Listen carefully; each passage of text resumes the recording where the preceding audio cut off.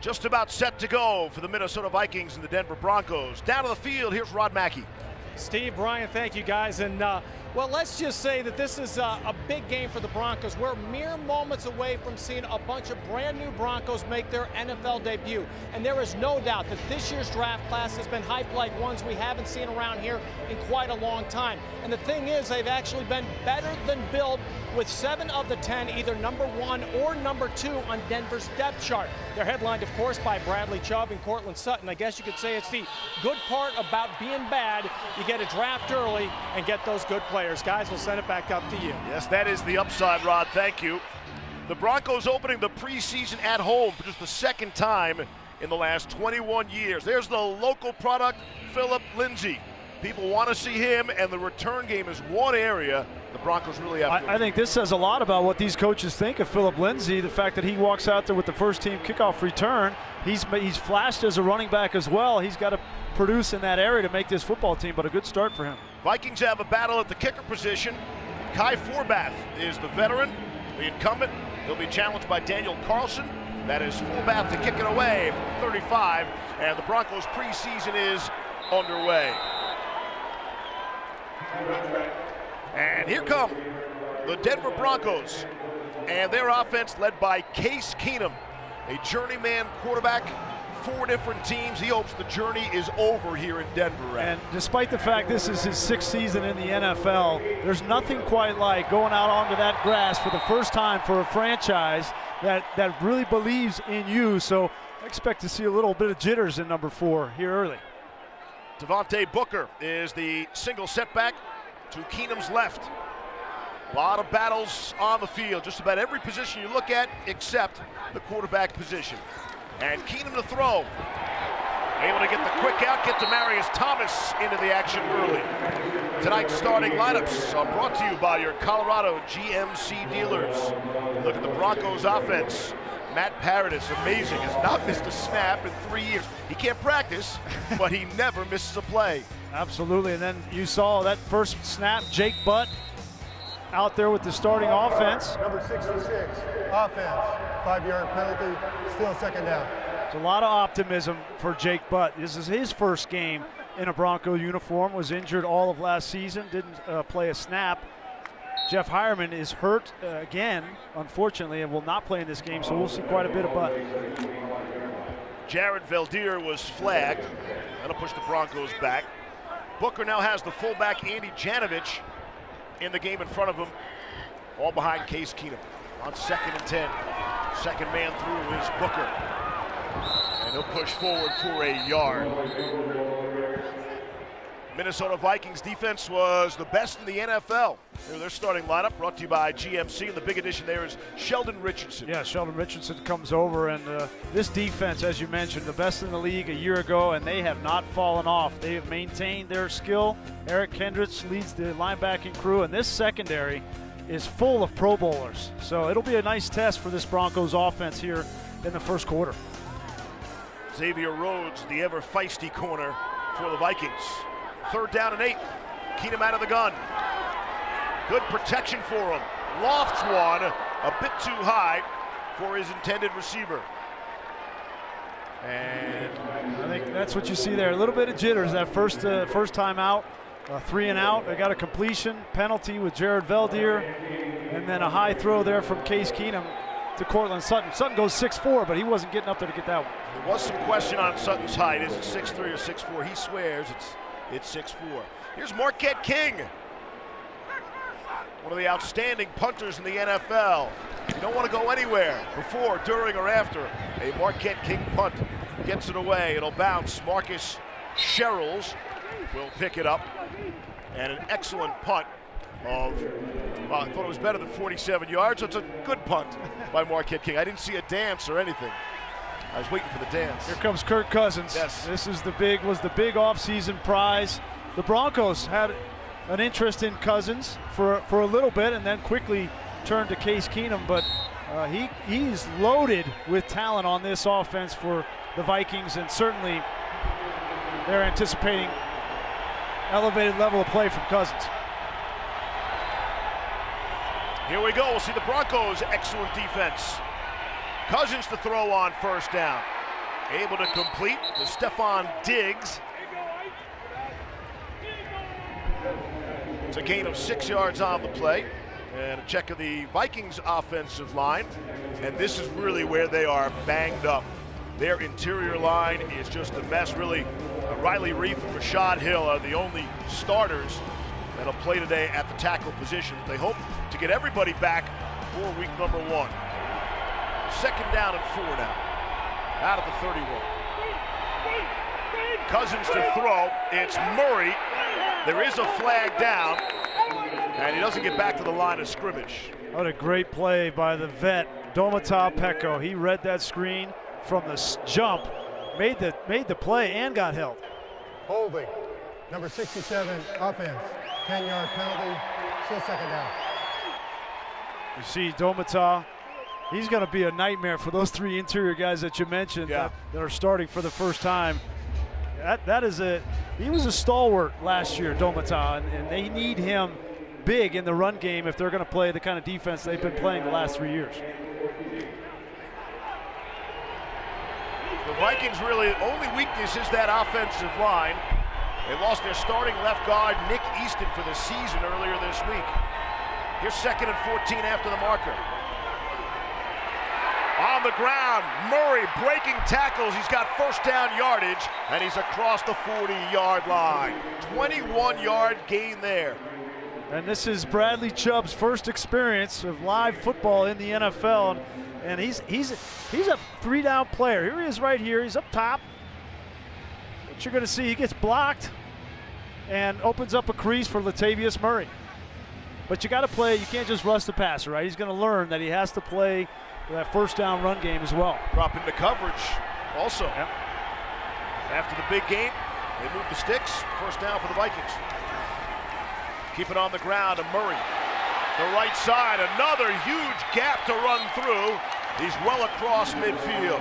Gain of 21, consecutive 21-yard plays by the Vikings offense. Well, that's got to make Joe Woods, defensive coordinator for the Broncos, a little upset. You got your starting defense out there, and there's 3 reserve offensive linemen on this Vikings team, and they're gashing them in between the tackles. That time, Brandon Marshall's play to make and wasn't able to get it done. Into Denver territory now.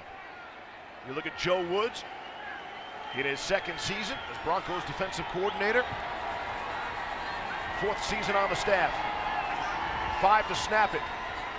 Cousins will keep it and throw out of the backfield. It's C.J. Ham, the fullback. He's out to the 30-yard line. Denver Broncos starting defense brought to you by GMC. Statistically outstanding as well a season ago, really in every category except points allowed. Yeah, and there was so much of that was they were put in bad position because of the offensive turn the football over. You see Bradley Chubb penciled in as a starter week 1 of training camp, and there's going to be a battle in the secondary. These 4 guys are solid, but that 3rd corner position has been a battle in camp, and I expect it to play out all preseason. 2nd and short. Here's Cousins to throw. Sideline looking for Diggs. Outstretched arms, and what a catch. Stefan Diggs, terrific grab, gain of 28 yards, and Bradley Roby had pretty good coverage there. Yeah, Stefan Diggs, they re-signed him for a reason in the offseason. He's excellent. Double move on the outside, good protection for Kirk Cousins, and there's where you see the accuracy from Kirk Cousins in the pocket. Knows exactly where he wants to go with the football. Of course, Diggs was on the receiving end of the Minneapolis Miracle from Case Keenum. Now the Broncos quarterback. Here come the Vikings now. From the Denver 3. On the ground to Murray. He'll squirm his way through. Still moving. He's down to about the 1-yard line. This probably will be the only reps for this starting defense because they've been on the field now for a whole drive. So you've given up some yards, but you can still get out of this without getting yelled at tomorrow by the coaches if you keep them out of the end zone here. Hang on a second.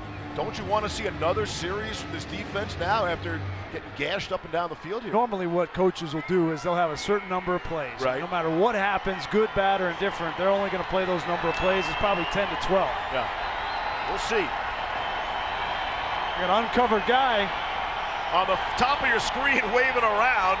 The Broncos fortunate the Vikings didn't snap it. Cousins gives it to Moreeeee, and he's stuffed. No gain. Denver defense coming up big with Bradley Chubb. Chubb, a great job by Darian Stewart, the veteran safety.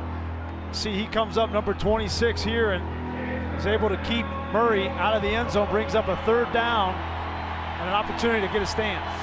And no Von Miller, we should point out. We were told he would definitely play, unless he plans on playing without shoulder pads. We do not expect to see him in the game tonight. Here's 3rd and goal.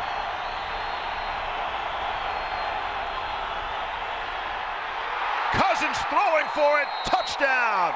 Who else? Stephon Diggs. And the Vikings draw first blood. I think you could see that one coming. You had Stephon Diggs, one of the better wide receivers, young wide receivers in the NFL, and he was matched up on rookie Isaac Yiadom, number 41, fresh out of Boston College, and he's not playing against any Stephon Diggs in college last year. That was a mismatch. Diggs thought about punting that into the crowd. Here's Daniel Carlson. We mentioned the Vikings battle at kicker. He's the tallest kicker on an NFL roster right now at 6'4".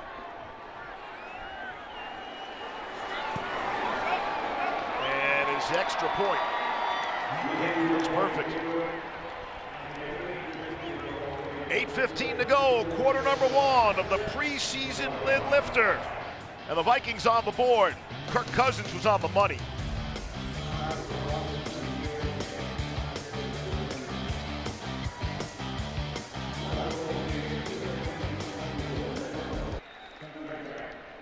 Look out now. Ooh, okay. We should say no one was injured in the making, presenting the game ball.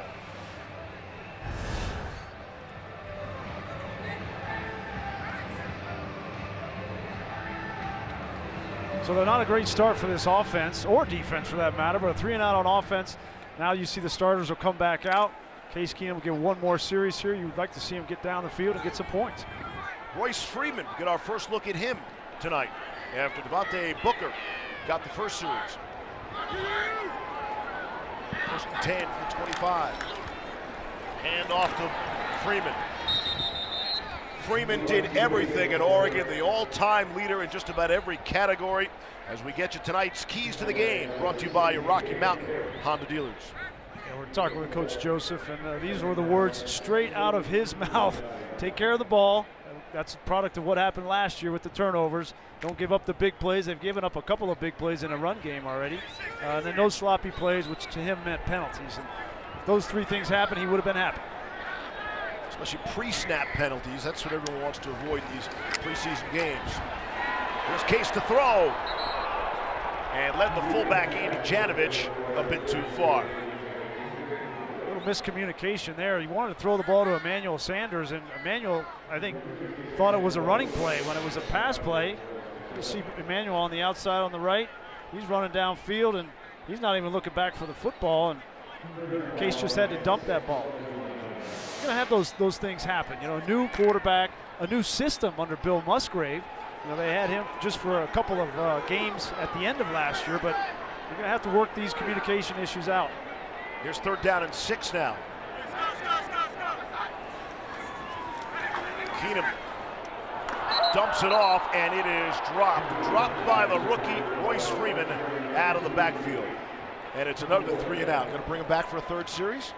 You might, yeah. Well, in this case, like I said, it's about plays, not necessarily about series. So if it were me, I'd have him come back out. Marquette King has come back out. Probably a little too early for his liking. Had a 47-yard punt. Came over from the hated Oakland Raiders. He's going to be an acquired taste here for Bronco fans. They're hesitant to like number 1, but he's quite a punter. King puts it in the air, and Marcus Sherrill's backtracking to his 25. Excellent coverage there. Another opportunity now for Kirk Cousins after another 47-yard punt.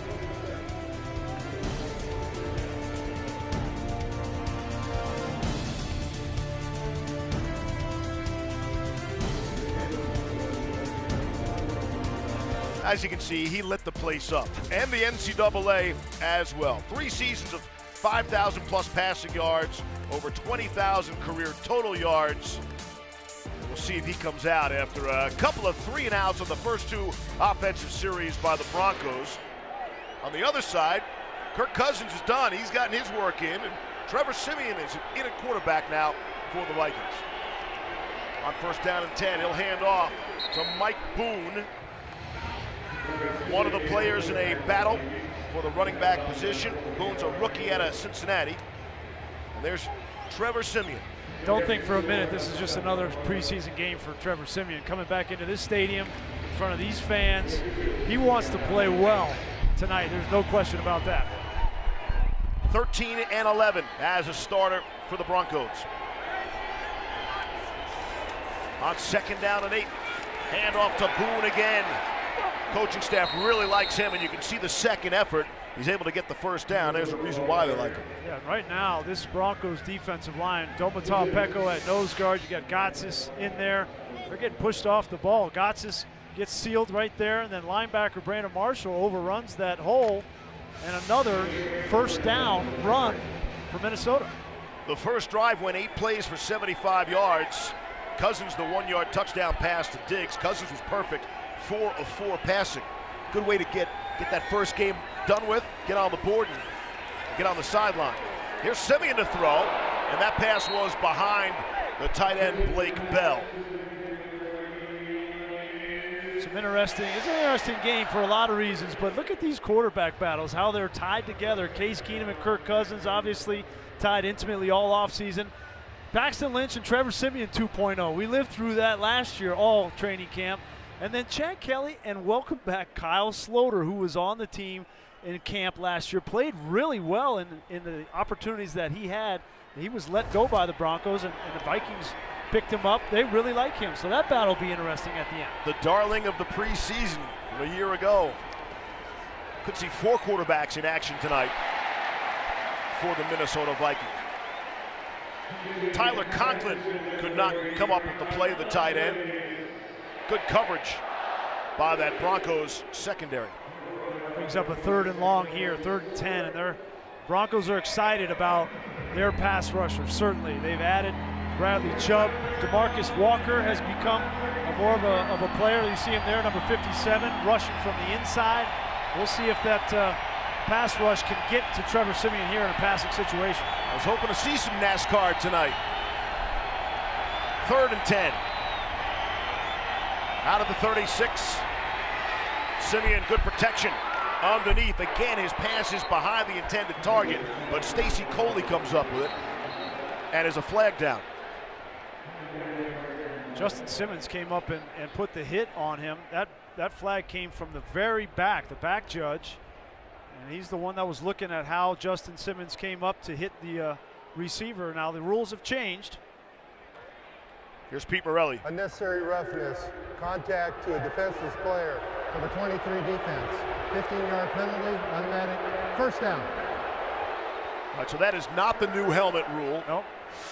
And that is our first penalty, our second penalty of the game, I should say. Trying to protect these guys, and Justin Simmons comes up. He has a decision to make. He's got to make the tackle there, and the receiver's going down, and Justin kind of hits him in the head with his forearm. I think that's a poor call. But here's what we know. We know that these officials are going to call everything in the preseason just to kind of send a message. I don't think that gets called in the regular season. Gives them the 1st down across midfield. Vikings will keep it on the ground with Mike Boone. So we come up on 5.5 to play here in quarter number 1 of the first preseason game.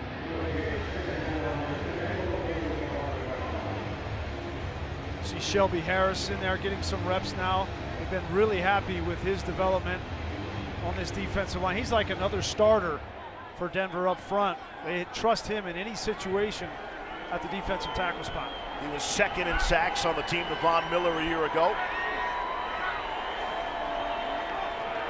Siemian to throw. This time able to lead his intended target, Tyler Conklin. So we've seen him go to Bell and Conklin. Still waiting on Kyle Rudolph. Will Parks makes the stop. It's a short gain of 2. Bring up a 3rd and long. 2 safeties for Denver. Will Parks and Justin Simmons have been really solid players. I expect them to continue to grow in this defense, especially Justin Simmons. such a talented player, can play man-to-man, come up and support and run. Dynamic player for them in the secondary. Again, no Aqib Talib for the Denver Broncos. You wonder how much that would change the defense and its personality. Pressure coming right up the middle. And it's Brandon Marshall. I beg your pardon, that's Will Parks you were just talking about coming on the pressure. It's an 8-yard sack. Here's Will Parks right here, okay? Here's pressure coming off the edge, and they're going to drop off. This is all designed to confuse the offensive line. That's exactly what happens. You see the line sets to the right, wide open for Will Parks, and that's an easy sack. So the defense does come up with a stop. Isaiah McKenzie. His issues returning kicks well documented here. See where he gets a crack at it. He will call for the fair catch, backtrack down to the 10-yard line. First one in the books, he caught it.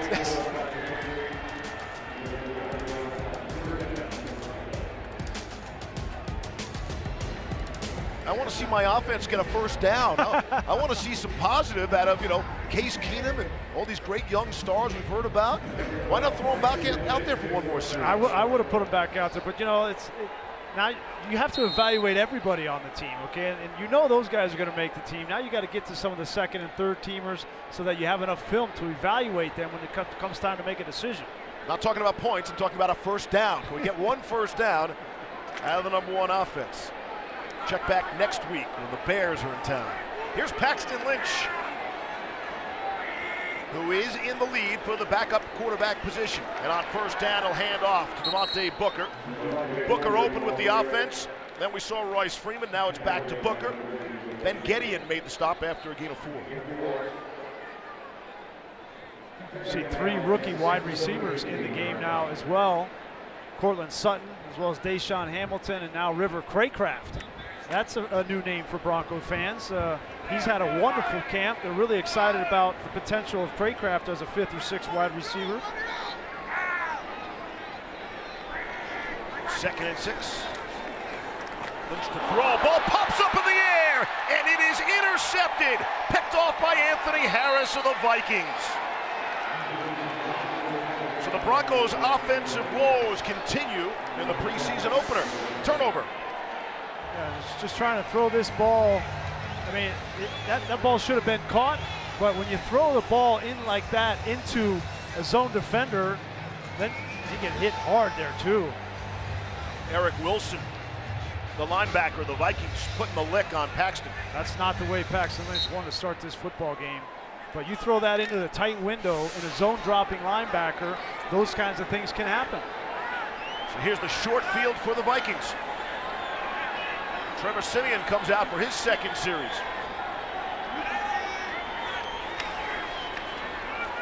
And they'll keep it on the ground. Rock Thomas, his first carry of the night. It's a gain of 8. You see a lot of the 2s out there now for the Broncos defensively. Josie Jewell at linebacker. Eric Rush, outside linebacker. So I think we've seen the most of the starters we're going to see in this game for the Broncos. No Dalvin Cook, we should point out, for the Vikings tonight. He's fine. He's being protected after he was injured in the 4th week last season after getting off to a great start. Dalvin Cook, a superstar in college out of Florida State. He was 3rd in rushing when he was injured in week 4, tore his ACL.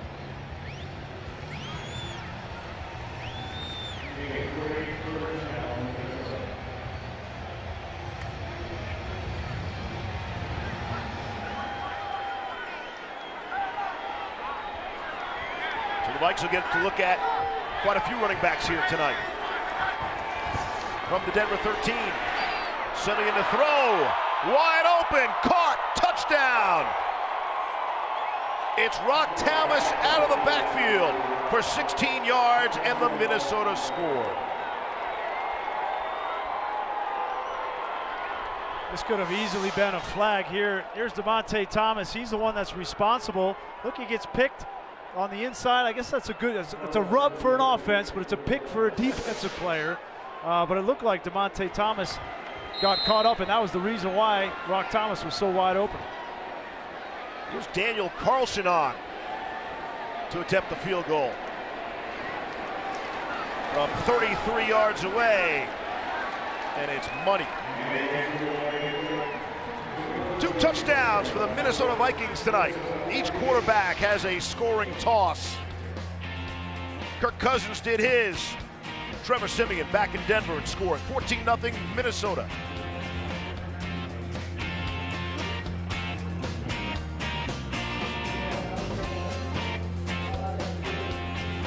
Microcosm of how Vance Joseph is trying to do things different this year than he did a year ago. He admitted, look, you're not going to go undefeated the whole season, but you need to nip those losing streaks right away. You can't get a losing streak to 8 games. 2 or 3, you can understand that's going to happen, but that's where he had to be better. The Broncos had a perfect preseason last year and opened the season 3-1. Right. Then lose 5 in a row by double digits. Yeah, they weren't close games. That's where you get, really concerned, is when you're not even competitive in games. Yeah, only 2 of the 8 games in that losing streak were by single digits. Kai Forbath will kick it away. Broncos need a preseason spark. Brandon Langley will run it out from the end zone. Here's Langley, right up the middle of the field. Gives the crowd something to cheer about. I would argue 90 seconds in the quarter. I would argue this is a huge series for number 12 Paxton Lynch. So it's been, now this is the 3rd year, right? And there's been a number 1 draft pick, and he's tall. He throws the ball as good as anybody in the NFL right now. He hums the football anywhere he wants to throw it. But the problem is he hasn't been consistent mentally. He hasn't picked up the offense consistently enough. Added to the end of the kick. First down, Denver. So now you have an opportunity, right? He's being pushed by Chad Kelly in camp for the second quarterback position. You come out, you throw an interception, batted ball, yes, but it's an interception. You got to start playing and producing if you want to make this football team. And he took a big hit as well. On the ground of Royce Freeman. Expecting big things out of Royce Freeman, the star running back out of Oregon. He carried the football grease 947 times in college. Well, that's a good thing, right? You have experience, but it's also a bad thing. You got a little tread on the tires. How's my odometer? And Freeman will stay in there. Get the sense he loves the work. 4-yard gain on first down. Here's Lynch to throw and complete to River Craycraft. And it'll bring up a 3rd down.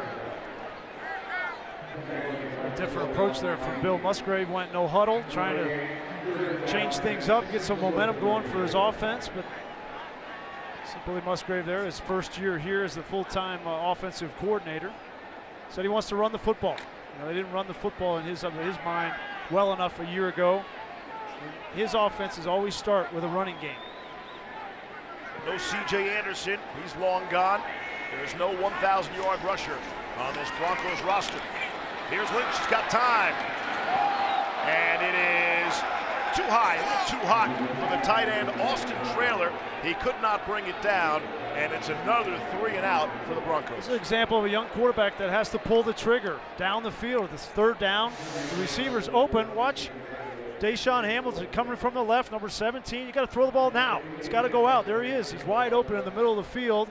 Instead, Paxton Lynch just not comfortable pulling the trigger still, and that's the reason why the coaches get frustrated with him. Marquette King is on for his 3rd punt.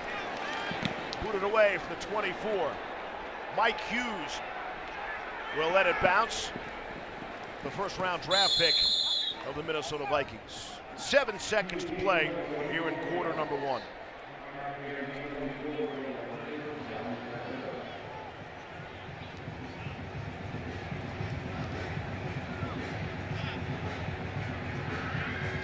Another season of Broncos Tonight begins this Sunday night. Each week, Broncos Tonight is your home for the best game day highlights, player interviews, analysis, and insight.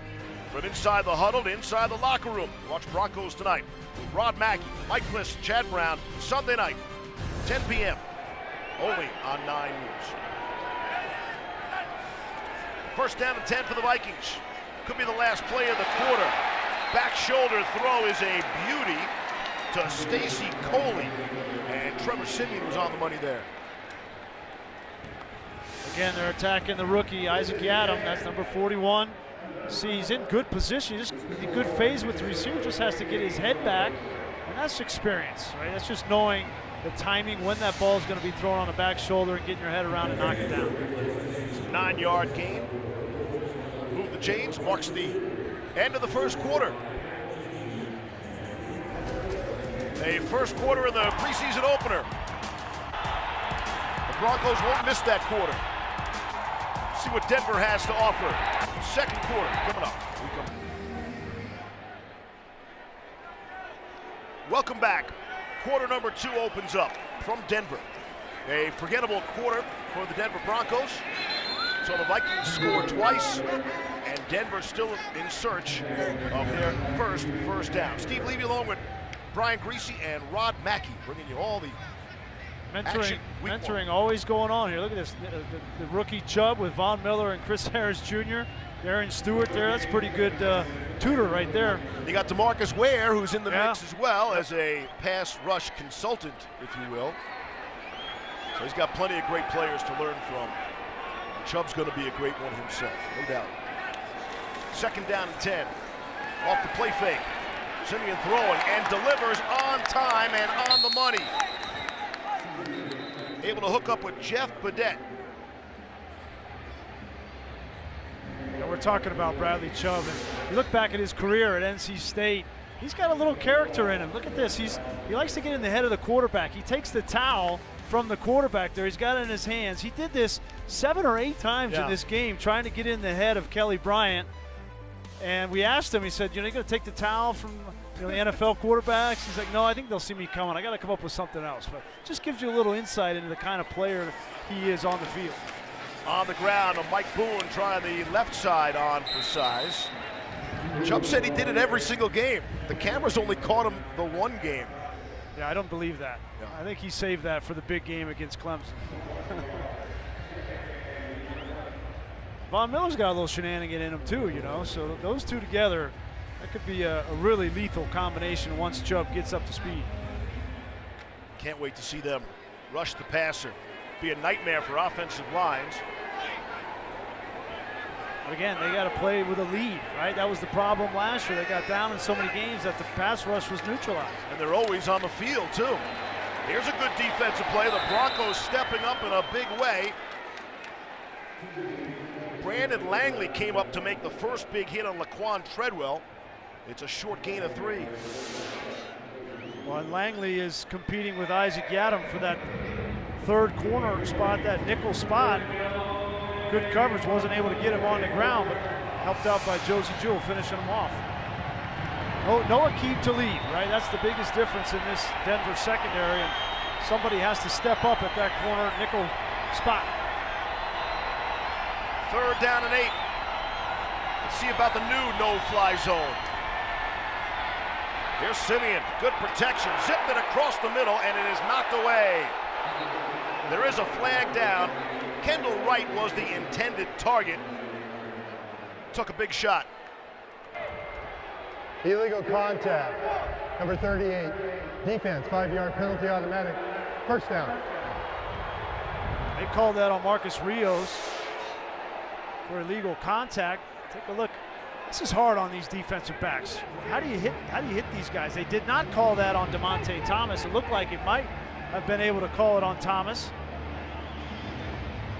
And I'll tell you what, did a great job of getting the helmet out of the way and leading with the shoulders. He's trying as best he can, but you know, if you've never been in that position, never played defensive back, you have to tackle the guy, right? You have to hit him, and they're moving. It's a moving target, so you could hit him in the head. You could hit him with your helmet. It's very difficult in a bang-bang situation to do what DeMonte Thomas just did there. 11th first down of the game already for the Vikings.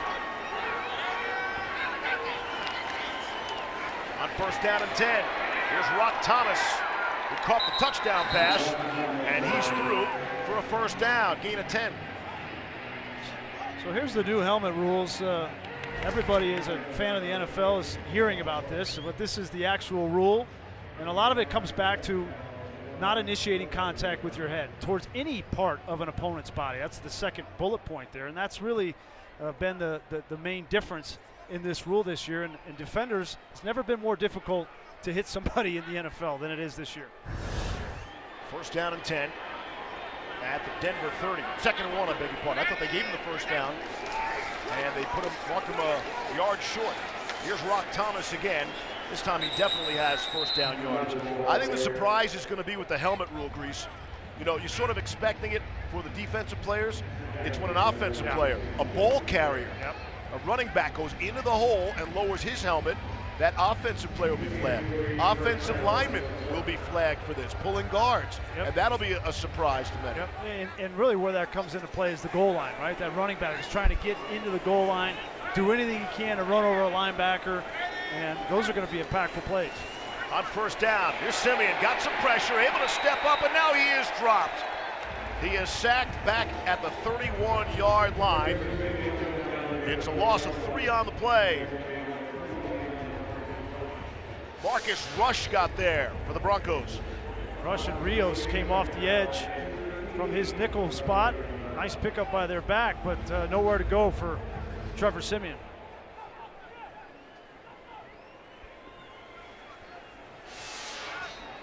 Second down and 13 after the loss, the sack. Just out beyond the 30. Vikings will keep it on the ground with Thomas straight ahead.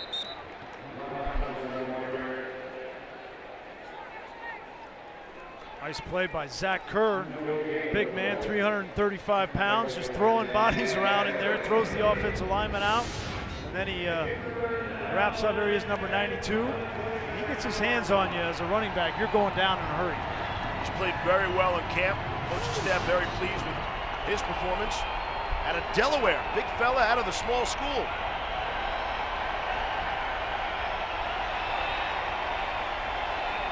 Here's third down.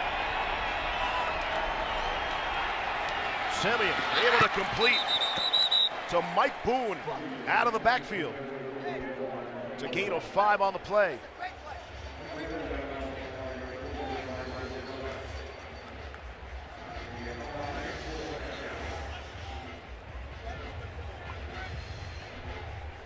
Again, Daniel Carlson in that battle with Kai Forbath for the kicking spot.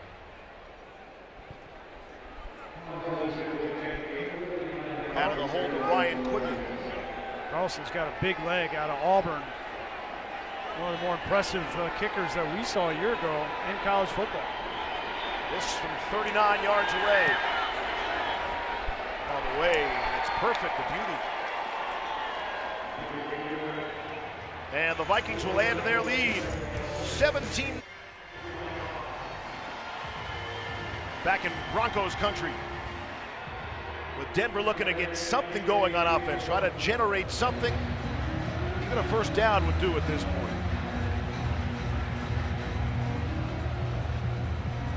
Again, all of this points towards September 9th when Seattle comes to town. But you'd like to see some positives along the way. It's going to be an important start to the season for Vance Joseph. Seattle, obviously, we know they're not the Seattle that we have known in the past. Then Oakland comes to town right after that, so two winnable games right off the bat. Brandon Langley let it bounce out of the back of the end zone.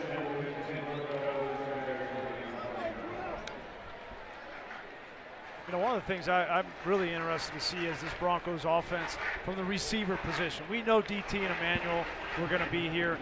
The addition of Cortland Sutton and the addition of Deshaun Hamilton, the other rookie wide receiver, I think is really going to open up this passing game. I'll take some pressure off of Emmanuel, allow DT to do the things that we know he does well. Sutton, a downfield threat. He's 6'4", 220 pounds in the game. Let's follow him on this drive. Here's Philip Lindsay, the ball carrier. So many good things about Philip Lindsay to watch for. Mike Hughes is able to bring him down. That's rookie on rookie there after the short gain of 2 yards. And you see they love this rookie class. They've got 4 of them in the game right now just on offense. Lynch able to complete. Able to hook up to Matt Lacoste, the tight end, for the short gain of 4. Eric Wilson brought him down. But Philip Lindsay is in that running back battle. We saw him take the opening kickoff, so we know that they like him in the return game. And it's not a surprise that he's into this game in the first half ahead of guys like D'Angelo Henderson and Dave Williams, because they want to see how he reacts. Here's 3rd down and 4. Lynch straight drop, and he is rocked. He is blasted into tomorrow. To Sean Bauer. Drills Paxton Lynch. It's a loss of 8 on the play. This is communication between backup right guard Billy Turner and Elijah Wilkinson. They have to pick that up, the two of them. 77 has to come off on 90, and no chance for Paxton Lynch. Billy Turner's going to be their swing tackle, probably. He's playing tonight at guard, but that recognition has to be picked up. Here's Marquette King from the 12. He's getting a workout tonight. That is Mike Hughes, the youngster, out to the 25-yard line. There is a flag. We'll check the marker.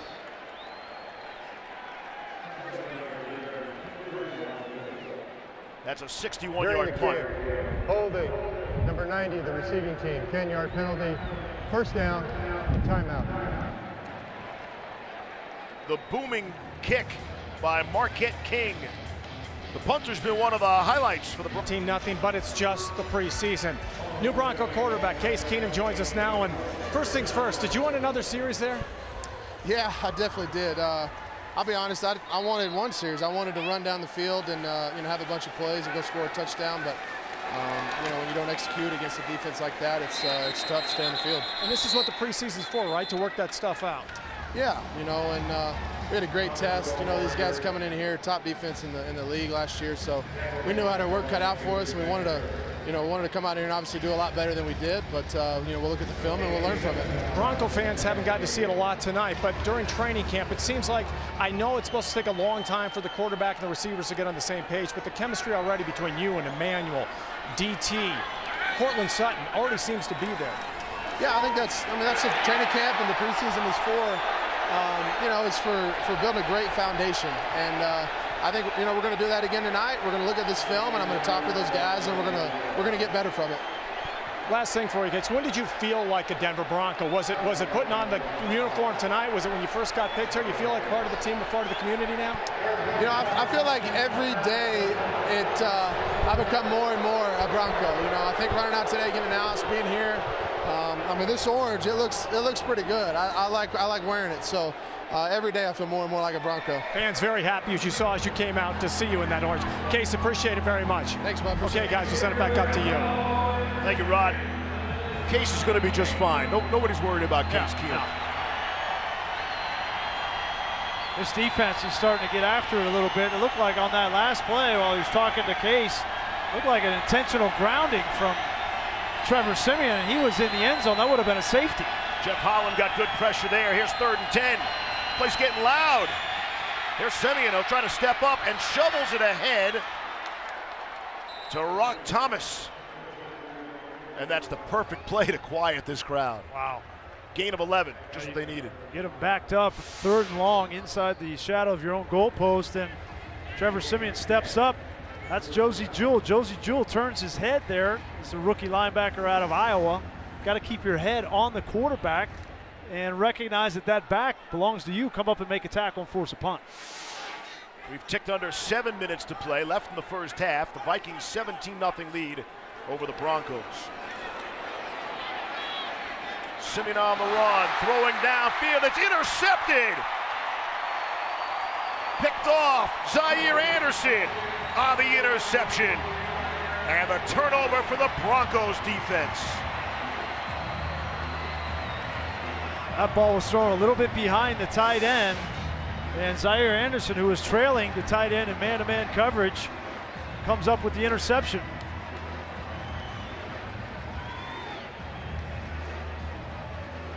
Anderson's done a great job on the special teams, but here on defense making the big play off the hands of Tyler Conklin. Well, you can't help but think back to a year ago in the preseason, Trevor Siemian and Paxton Lynch battling it out, right? And then as they got into the regular season, they turned the ball over way too much, and then you come in your first game, and both of them have an interception on inaccurately thrown balls. So here's an opportunity now for Paxton Lynch with a short field.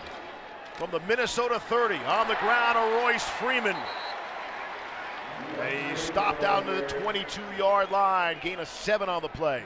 Talking with Billy Musgrave, the offensive coordinator, he was really excited about Royce Freeman and his downhill abilities, 230-plus pounds, and they want to give him the ball on power situations, first and second down runs, and let him be their battering ram. They really haven't had that now since C.J. Anderson left. Averaging 5 yards a carry tonight. 2nd and 3, I would take a shot here, Grease, but that's just Of course me. you would. Of course you would. I'm an aggressive play caller. Oh, and like you. Lynch looking for it, and it is knocked away. Intended target was Deshaun Hamilton, the rookie out of Penn State. Mike Hughes had the excellent coverage. Nice job by Deshaun Hamilton trying to get back inside to get that football. That ball, the fake throw, needs to be outside by the sideline. You can throw it back shoulder, but you can't throw it inside. Paxton Lynch throws that ball inside and almost gets picked off. 3rd down and 3.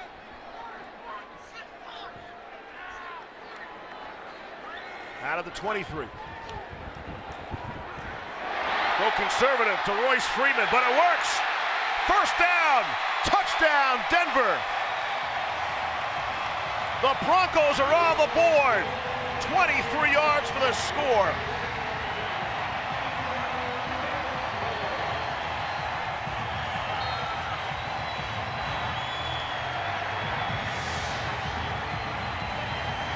You mentioned it, Royce Freeman, he has the power, but also deceptive with his speed. Gets to the outside, great read by him. That play was designed to go front side. He saw the whole weak side and was able to make the play. So the turnover, the interception leads to the Broncos touchdown. Denver's on the board. No kicking battle for the Broncos. Brandon McManus, who was perfect last season with extra points, boots that one through. Well, you wanted to take a shot on 2nd and short, right? You miss it. It's nice to come back with a running play with Royce Freeman. Plays like this, you might start to give him the nickname Rolls Royce. You never know. Ooh, I see what you did there.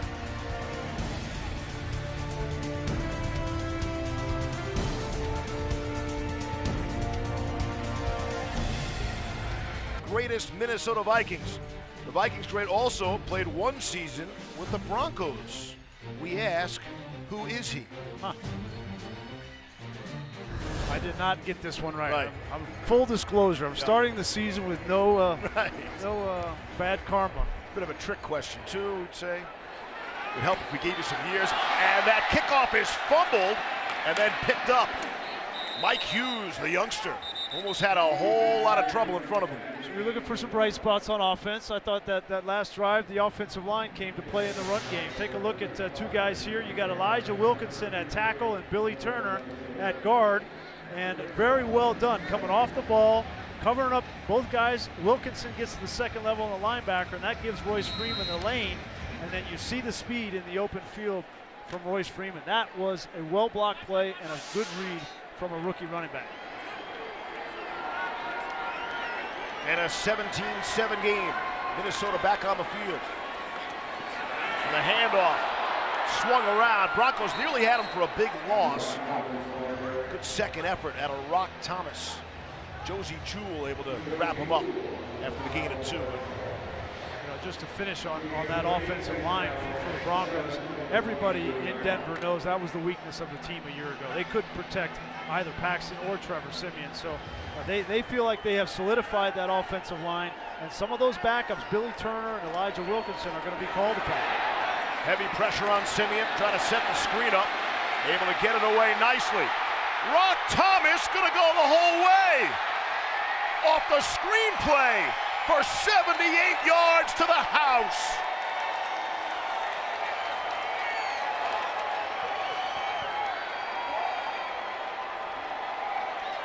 A play that looked like nothing turns into everything. Well, Vance Joseph talked about big plays, right? And a screenplay, you got a blitz on, It's the perfect play against the blitz because Jamal Carter takes himself out of the play. Now, Will Parks has to make the tackle. He's got 2 big offensive linemen coming at him, though. So that was the right play call and the worst defense possible for Denver. But somebody has to make a play to make the coach right. They didn't do it. Rock Thomas is a rookie out of Jacksonville State. Carlson for the extra point. Got that too. So the Vikings answer the Broncos touchdown with a touchdown of their own. Yeah, VJ, his 3 keys to the game, remember? One of them was don't give up big plays.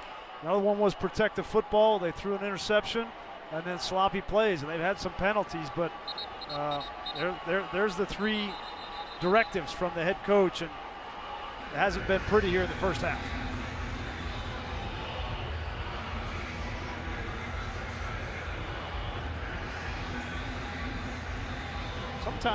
Sometimes in these preseason games, if you get your head handed to you a little bit, they use that as fuel throughout training camp. And there's no question that there's a lot to learn from the film for the Broncos tomorrow. 5 minutes to go here in the half. Vance Joseph said he wanted to see really 2 levels. See how the starters played, and then the backups.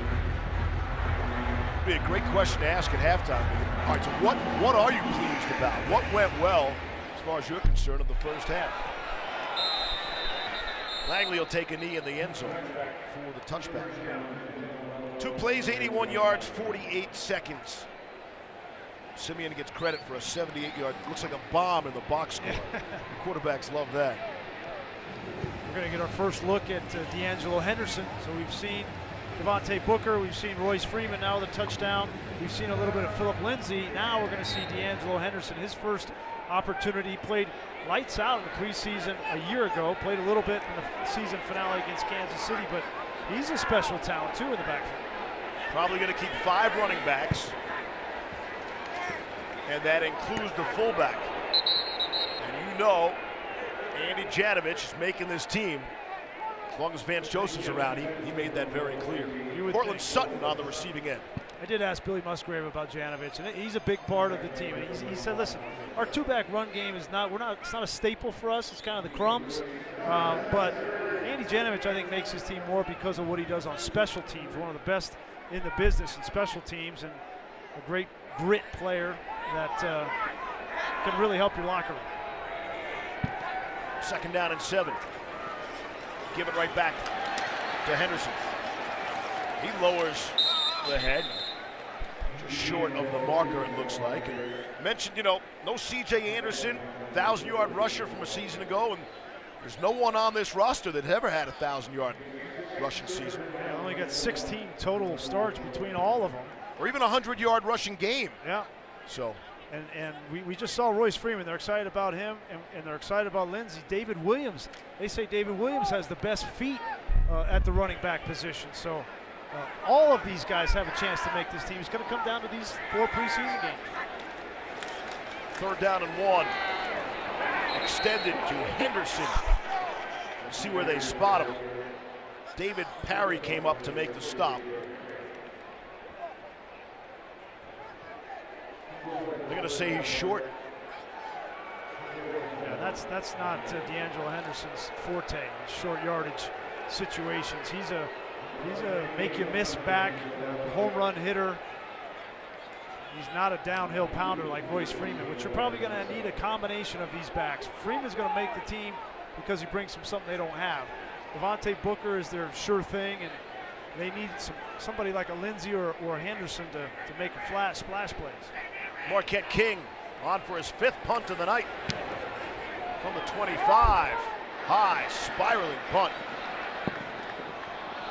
It takes a Minnesota bounce. Here's the answer to tonight's 4 trivia question. Again, the question was, in 2010, he was named one of the 50 greatest Minnesota Vikings. The Vikings great also played 1 season with the Denver Broncos. Who is he? You should recognize the name, Gene Washington. Yeah. 1st round pick of the Vikes, the '67 draft. Played 6 seasons with Minnesota. before finishing his career here with the Broncos in 1973. And went on to have a long career as an executive in the league office. Wonderful man, too.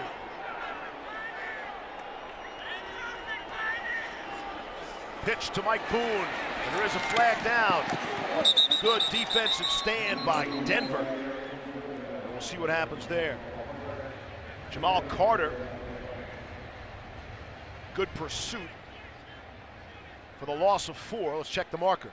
Oh boy, Jamal Carter, he's coming off kind of ginger. Illegal formation. Number 11 covered up the tight end. Penalty will be declined. Second down.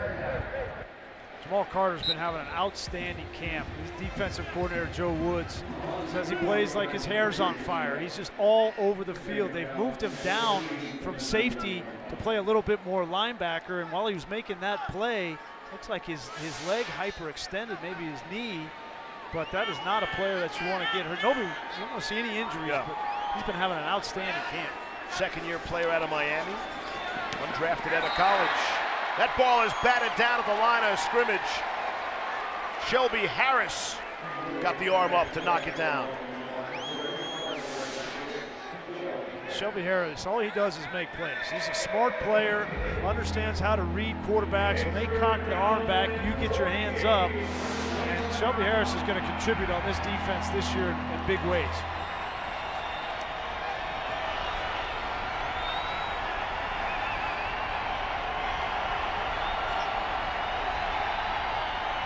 Coming up on the 2-minute warning. Here's 3rd and 14 for Trevor Siemian. Able to zip it in there and hook up with Kendall Wright. It's a nice job by DeMonte Thomas. You know, we saw him make a hit on a receiver early in the game where we thought they might have been able to flag him. That time he got his head behind and tackled him from behind. Didn't give any reason for the official to throw a flag. That's well done. There are a lot of teams are coaching this now. Not the head in front, but the head behind.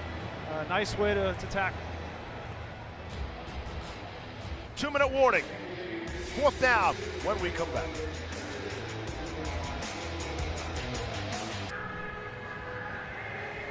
Back at Broncos Stadium at Mile High. 2-minute warning. First half with the Vikings leading the Broncos 24-7. And the Vikes set to punt with Ryan Quigley. Isaiah McKenzie is back for it. In the air. McKenzie should have a shot at a return here. Plenty of green in front of him. Hesitates. And now takes off down the sideline. Isaiah McKenzie down the sideline. Has one man to beat. Isaiah McKenzie for the touchdown. A 78-yard punt return for a score. There are no flags.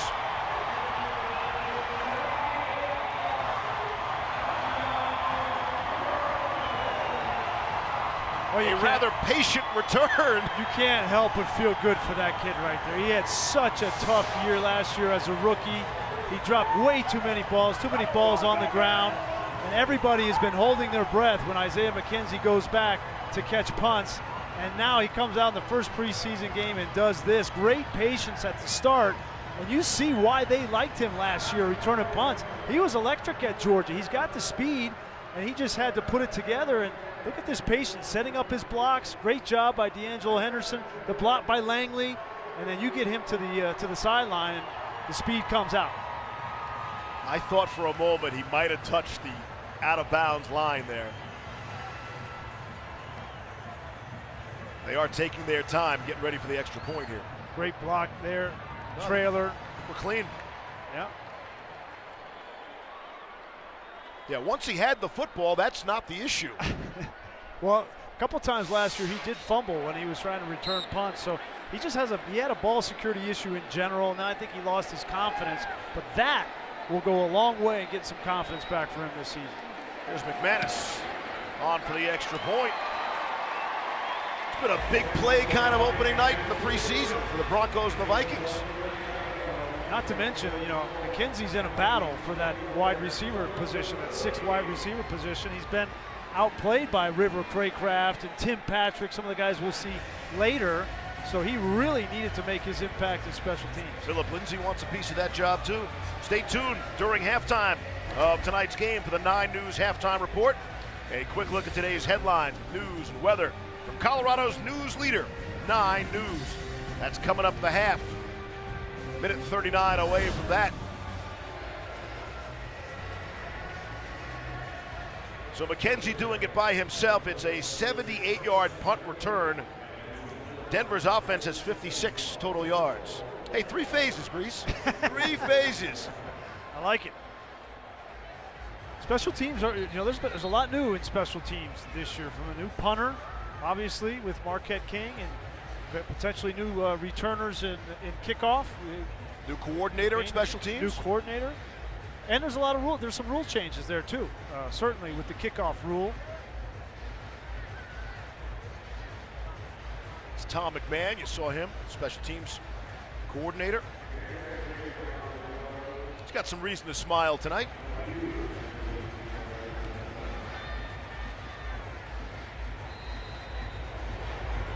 Ball on the tee at the 50.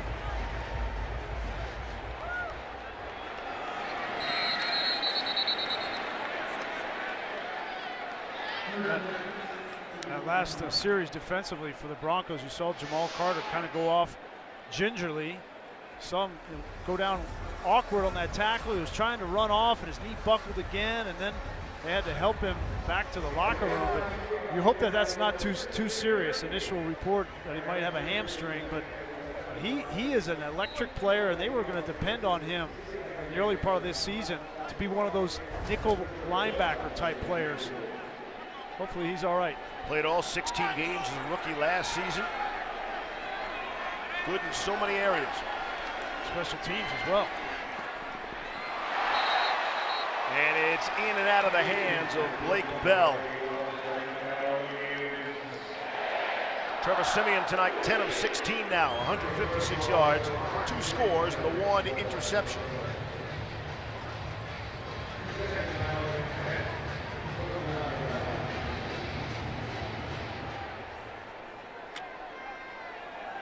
Second down and 10 at the Minnesota 9.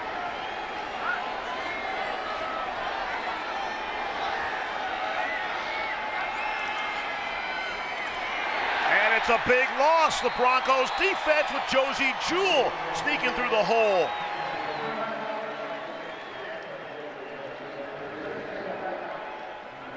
Josie Jewell runs free. Shelby Harris gets in the backfield. Take a look at DeMarcus Walker. He makes this play by forcing a double team. Takes on 2 blockers and doesn't allow them to come off. That's what allows Josie Jewell to run through that A-gap. A lot of people have been talking about DeMarcus Walker. He was a high draft pick last year in the 2nd round. They tried to move him outside. He lost a bunch of weight. Now he's back to his normal position and put on some weight. And Josie Jewell was the beneficiary. Josie Jewell did everything at Iowa. We got a good look at him. Some college football Saturdays. The veterans already seem to love this guy here in Denver. Usually you grumpy veterans aren't so quick to fall in love with the rookies. Especially Von Miller. Von Miller loves him. He's gave him the nickname Redbeard for obvious reasons. I'm kind of partial to his other nickname, the Outlaw. That one's better. I'm with you there. Handoff, and again, nothing doing. Mike Boone, the ball carrier. The Broncos defense swallow him up, led by Zach Kerr. Zach Kerr was there. Again, DeMarcus Walker in the backfield. They need a second line, defensive line, to spell, Gotsis, spell Domata Peko. They need these guys to come up big. And look at the penetration. DeMarcus Walker, great job getting to the inside. And that's what allows these linebackers to run free. You want to have 8 defensive linemen that you rotate in to keep them all fresh. And the Broncos have some unique players with different skill sets, like the Domatas and the Zach Kerrs that are good against the run. And then you sub in all the pass rushers. They just have to find the right mix and balance and chemistry. But they've got the talent. Ryan Quigley is back of his end zone. Get a look at River Craycraft. try to return this punt. He's standing at his own 43. We'll see a little 2-minute offense from the Broncos. Quigley gets it away. Craycroft to let it bounce, and that was a poor decision. Over his head it bounces. It takes a Minnesota roll in a big way down to the 27-yard line. Well, last Saturday at Broncos training camp, the Broncos and their fans raised over $40,000 for Alzheimer's awareness. Fan donations were over $20,000, and the Broncos matched the fans dollar for dollar. Members of the Bolin family presenting the check to the Alzheimer's Association, a charity they believe in so much. Yeah, I mean, for obvious reasons. Yeah, Mr. B and now Annabelle has been diagnosed as well. Just a terrible diagnosis. I have my grandparents that dealt with Alzheimer's. A terrible disease, and well done supporting. Paxton Lynch comes out throwing and finds Philip Lindsay out of the backfield. 5-yard gain, minute 5 left in the half. Eric Wilson brought him down. So you're right, great opportunity here for Paxton Lynch in a hurry-up situation to get some momentum. Good protection. Lynch had all time and now held on to it for far too long, and Jaleel Johnson able to get him around the heels. Just kind of see the processor right upstairs. He wants to throw that ball to the outside, and he goes to his first read, and it's not there. And instead of getting down to his back, his check down over the ball, and he looks to the completely other side of the field, and as you said, holds on to the football too long. Broncos allowed 52 sacks last season. That's tied for 3rd worst in the NFL. Here's 3rd down and 5 now. Got a big one. Got a big one. Lynch to throw. Wanted Lindsay. And our excellent audio able to pick up some of the frustration from not only on the field, but now you hear it in the stands a little bit as well. Well, the coaching staff, that was the coaching staff say, we got a big one, we got a big one. And all you got to do as a quarterback is you got to manage the defensive end. He's not going to be blocked for obvious reasons. It's a screen.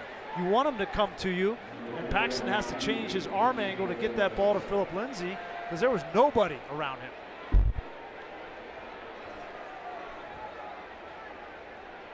Fourth down and 5. It's Marquette King.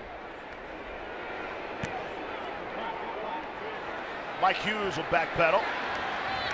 Make the grab at the 12. Hughes will cut it up the field.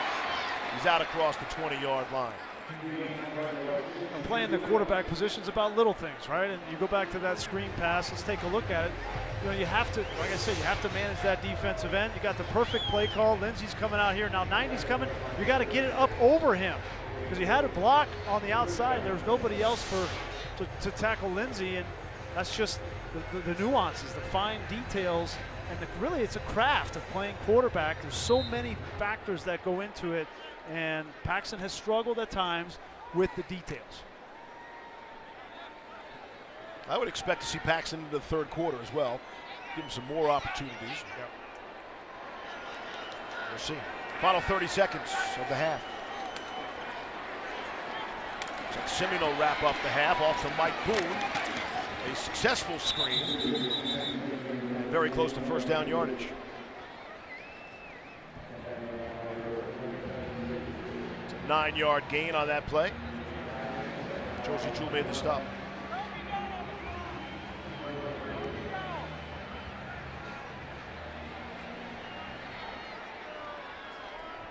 That's it.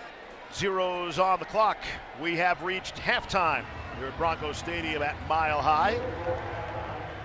And the Vikings lead the Broncos by 10, down to Rod Mackey, who's with Von Miller. Okay, there's no reason to panic about giving up 24 points because this man was not on the field for it. Why were you not on the field? We were all excited to see you out there. I don't know. I was pretty excited, too. I got the engine going. Stretch went through the whole pregame warm-up, taping my fingers, taping my ankles, ready to go. And, you know, a call came from upstairs that I wasn't going to play. So you're here, you just don't play. Key preseason is come out of it healthy, and they're smart to keep you on the sidelines. Hey, real quick about the defense. I mean, you saw some good, some bad. What do you take from them? What will you say to these guys to kind of coach them up a little bit, Vaughn? For the most part, it's the first preseason game. You know, you can take a lot from it, but at the end of the day, you really can't. You know, you want to we want to go out there and play football. We're going against another team, work the technique. You know, everything's not going to be perfect, especially in the first preseason game, and it definitely hasn't been perfect for us. You know, we got the second string guys coming in the second half, and hopefully those guys can change it around for us. Con, hopefully we see you out there next week. Thanks, man. All right. All right, man. We'll stand up to you guys. All right, Rod, thank you. So Vaughn was ready to roll. Well, if you like big plays, we had it. Each team with a 70-plus yard touchdown. It is 24-14 Vikings at the break. Getting ready for second half action. As we welcome you to the broadcast booth, Steve Levy along with Brian Greasy, Rod Mackey on the field. Don't get hung up on the score, people. 24-14. Preseason. Does this have anything to do with you being here for the first time? No, has nothing to do with that. All right. Nor does the fact that the Broncos have just one first down in that half. But we saw some explosive plays. Denver looking for more polish though on offense. Yeah, we wanted to see a lot from Case Keenum. Wanted to see him come out, go down the field. You heard his interview. They wanted to be efficient, wanted to go down and score a touchdown. You wanted another series, too? Yeah, wanted another series. That didn't happen, but offensively it didn't look good early. The first team offense wasn't able to do that. But Case came out to a lot of fanfare. It's good to see him out in the orange, Bronco orange. He completed his first pass to Demaryius Thomas. Then on third down, a little bit high on the outside of Cortland Sutton. That's how his game started. Then we had Paxton Lynch, who it's been a rough first half for Paxton Lynch. The interception off the hands of Austin Traylor, that led to a touchdown for the Vikings. A missed opportunity on a wide open screen. It's been a frustrating start for number 12, but I think we're going to see a little bit more from him in the second half. The bright spots. Yeah, Royce give me some Freeman. bright spots, Reese. Royce Freeman got his first touchdown, and then Isaiah McKenzie. This was the play of the first half for the Broncos. Down the sideline. It took some time to develop, too. Yeah, really good patience. Patient back, and then able to pick his spots and score. A 78-yard punt return. First half stats are brought to you by Verizon. And again, that I can't circle anything because I'm not capable, but if I could, I would circle the first downs there. The big one on the Broncos side. Thank you, Grease. Yeah, you got it. Quite assist. Yeah. So, and we're underway. Stacy Coley will let it bounce out of the end zone. And the Vikings will take over. What do you need to see from this Denver defense to start the second half? Yeah, so these are a lot of the backups, guys that are fighting for roster spots. I'm really interested in the secondary. You know, these secondary players, who's going to step up in the absence of Aqib Talib to be, that third corner, fourth corner. We saw Jamal Carter go out with an injury, so at safety are some of these young guys, Trey Marshall, DeMonte Thomas, maybe an opportunity for them to step up. Here's everybody's favorite Bronco from last year's preseason. Kyle Sloter is in at quarterback for Minnesota with Mack Brown, the ball carrier. Boy, you're not kidding. Like he really played well last year. I mean, I've heard. I did the games, and Kyle Sloter did everything you wanted from a quarterback position, and he just never got a sniff from the Broncos. They made the decision to just go with Trevor Siemian and Paxton Lynch, and honestly, my opinion, I thought they should have gave him more of an opportunity. And it would be interesting if Kyle Sloter was still on the Broncos team. Yes. The competition between him and what we've seen with Paxton Lynch and Chad Kelly. On the ground again to Mack Brown. Bring up a third down and short. Kyle Sloter signed as an undrafted free agent out of Northern Colorado. So you know he's excited to come back here and play some ball. Sloter impressed last preseason. 31 of 43, 413 yards, 3 touchdowns, no interception. How's my ratio? It's perfect. Broncos tried to get him through waivers into the practice squad. The Vikings weren't having any of that. Sloter signed with the Vikes and wound up on their active roster. The thing that really jumped out about him was the downfield throws. I mean, he was aggressive and accurate down the field. Here's that Broncos defense stepping up in a big spot. On 3rd and 1, it's Kyle Peko for the loss of 3. Well, we've been talking a lot about Domata Peko, Zach Kerr. There he is right here in the middle. The big man shows elusiveness, gets around the center. Nice play from Kyle Peko. And a good start to the second half of the Broncos defense. Put Minnesota in a 3-and-out. River Craycraft is back at the 20-yard line. See what he can set the Broncos offense up in some decent field position. Quigley, get it away. Headed for the sideline. That takes a Minnesota bounce. Craycraft will pick it up and dance down the sideline. Good job by River Craycraft to make something out of nothing. We'll step out. 2:10 into quarter number 3. The Vikings leading by 10. Smile on a happy face to cover how annoyed he is about constantly being asked about the backup quarterback situation. No head coach in the league. You want to talk about starting quarterback, right? Controversy, I get it. About the backup quarterback, I think he has to spend too much time on the subject. I think the reporters in Denver just got used to asking the questions about Paxton Lynch because he had to answer them all last year, and finally they get a quarterback in Case Keenum, and what do you have to talk about? Right. The backup quarterback. And we're still going to be talking about it unless things improve here. Here's Lynch coming out firing and completing. Jordan Leslie makes the catch, his first catch of the night. It's a gain of 7 on the play. Good catch by Jordan Leslie. First-year player out of BYU. Look at where this ball is.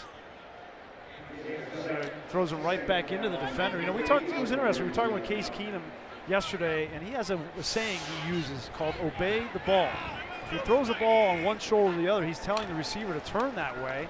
I thought that was really interesting as we talked with Courtney Sutton about that, and that was a case where Paxton Lynch threw the receiver right into the defender. D'Angelo Henderson, gain of 5, and what I thought was interesting is we asked, hey, is that just a Case Keenum saying? He's like, no, it's all over football. We're looking at each other, really? I never heard that. I haven't seen that on T-shirts and hats. You can only do that if you're really accurate. Right. Like, listen, I'm throwing this ball on one shoulder or the other to protect you, okay? So listen to me when I'm throwing the ball. If the ball is telling you to do something. Obey the football. Henderson. Dropped down there at the 35-yard line by Eric Wilson and Jack Tochum. D'Angelo Henderson has that ability, right? He's got that game-breaking ability, and he made a bunch of those kinds of plays, cutting back, reversing field when he was at Coastal Carolina. A little bit more difficult to do that at this level of play, especially against a defense as good as the Minnesota. Off the loss, Lynch to throw and complete across the 40 to the 41-yard line. It's a gain of 5 on the play.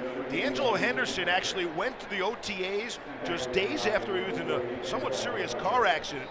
Had his Jeep T-boned and flipped. Yeah. And then, hey, went to OTAs. Got to go right to work. But he was able to survive that collision. It was scary. And able to come through it okay. So he was battle-tested tough. Here's 3rd and 6.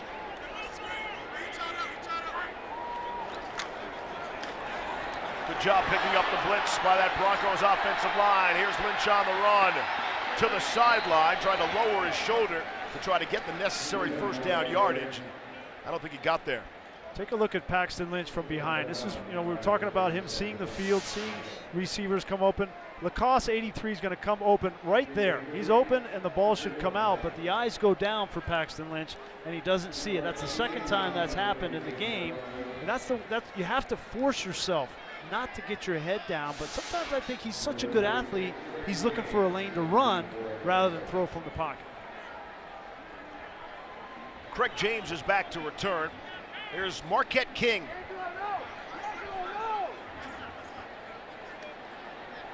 This will be his 7th punt of the night. He's averaging better than 49 yards. This guy broke some of Ray Guy's records in Oakland. Not too many punters in the Hall of Fame. Ray Guy's one of them. Craig James, as you hear the helmets crashing out to the 24-yard line, and a flag comes in late. They're going to get a face mask. Keyshawn Bierria looked like got a hand up around the face mask. That was just a 39-yard punt. 10 on the return. We'll check the marker. Personal foul, grabbing the face mask. Number 36 of the kicking team, 15-yard penalty, automatic first down. Correction, 40. 40 was the foul.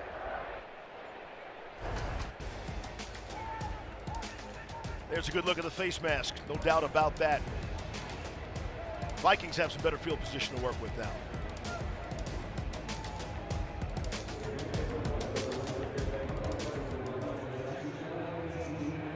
Monday through Friday at 6:30 p.m. on KTVD Channel 20. I had a chance to go on orange and blue, and I believe you threw a water bottle at my head at the very same time. I was trying to hit Andy Lindahl and Tyler Columbus. Yeah. I knew you weren't going after me. You missed. First down and 10. Mike Boone out of the backfield on the receiving end. Kyle Sloter pass. Pick up a quick 6.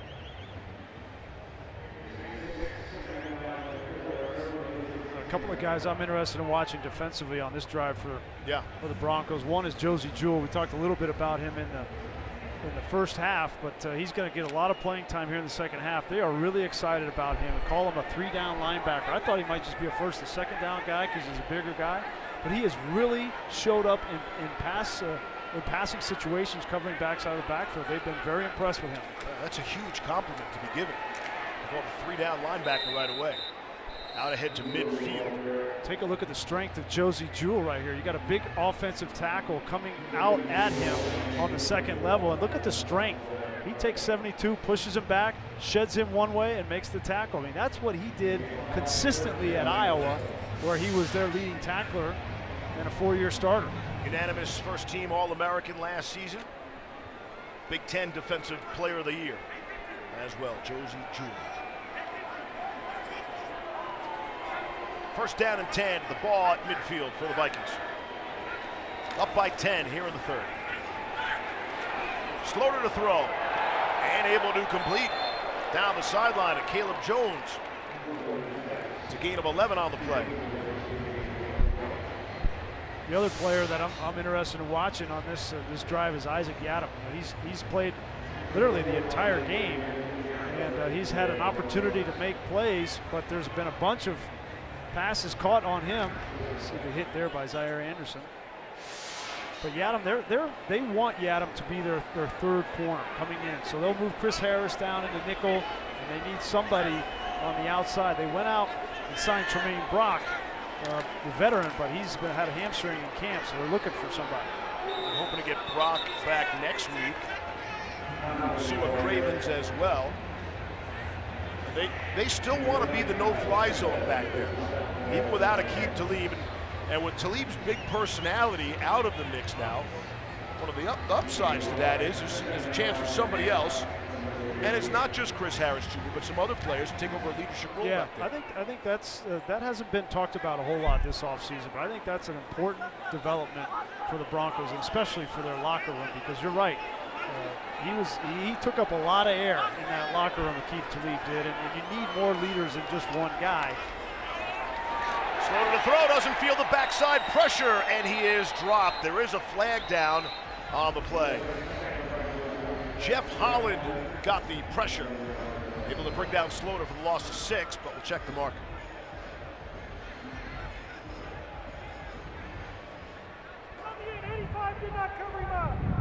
Illegal formation, offense, not enough men on the line of scrimmage. The penalty is declined. Third down. Well, you talk about some talented guys rushing the edge. Now Jeff Holland as a rookie, but you got Shane Ray Von Miller, Shaq Barrett. You got Bradley Chubb now playing a Sam linebacker. You add in a guy like Jeff Holland, who he's got some talent, played a lot of football at Auburn, and nice pass rush there. Here's third down and 9. Broncos defense has looked stout here in the second half. Here's Sloter to throw. Put some zip on that football down to the 40. Jeff Badette makes the grab. His first catch of the night. It's a pickup of 5 on the play.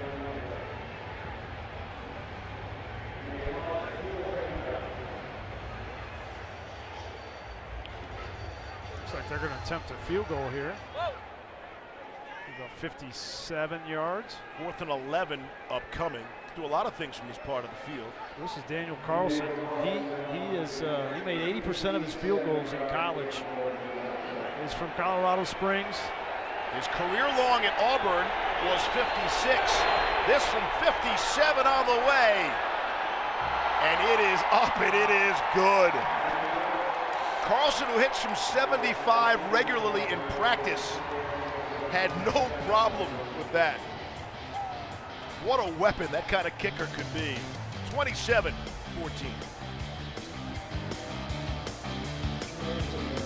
Chad Kelly has never taken an NFL preseason snap. He was injured last year, and he'll get it going here tonight. Get the final 5 minutes of the third quarter. We would assume the fourth as well. Looks like Paxton Lynch's night is over. Plenty more to discuss there. Paxton finished up 6 of 11 for 24 yards in that pick. I don't think you can say it was a successful evening for Paxton. Craycraft will let it bounce out of the back of the end zone. I was talking with Billy Musgrave about Chad Kelly last night, and he said, you know, he has worked hard. He's worked hard to get back. You know, he had to go through so much sitting out a year, the injuries, but he's done everything he needed to do to give himself a chance. Now he just needs to go out there and show that he can actually play in a live situation. Yeah, it's getting some love from the faithful here in Denver. And as if you didn't already know, yes, his uncle is the famous Hall of Famer Jim Kelly, who continues to show he's the toughest guy on the planet every single day. And Chad has some of those qualities. Dave Williams, the ball carrier. Deshaun Bauer made the stop. Looks like they're going to go up-tempo with Chad Kelly, which probably makes him feel a lot better than getting in the huddle, because he didn't huddle when he was at Ole Miss. Kelly to throw. Able to zip it in there to Jordan Leslie. Short gain of 4. Leslie's second catch of the night. The thing you want to see from Chad Kelly is communication, on-field communication to the offensive line, making sure these rookies, you've got to play with the threes, you've got to make sure everybody's lined up in the right spot and know what they're doing. And that's probably the biggest thing you got to do in the quarterback spot. Off the play fake. Kelly unable to hook up with Leslie there, but a flag does come down. Marcus Sherrills had the coverage.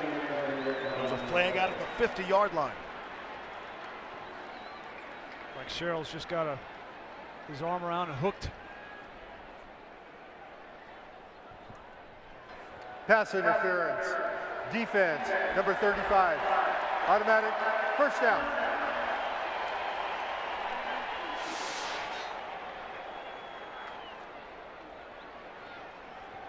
That's a play that's common in college. What you've seen from Paxton Lynch and Chad Kelly is just put the ball in the belly of the running back and read one side of the field. That's the college offense, just trying to get him settled down.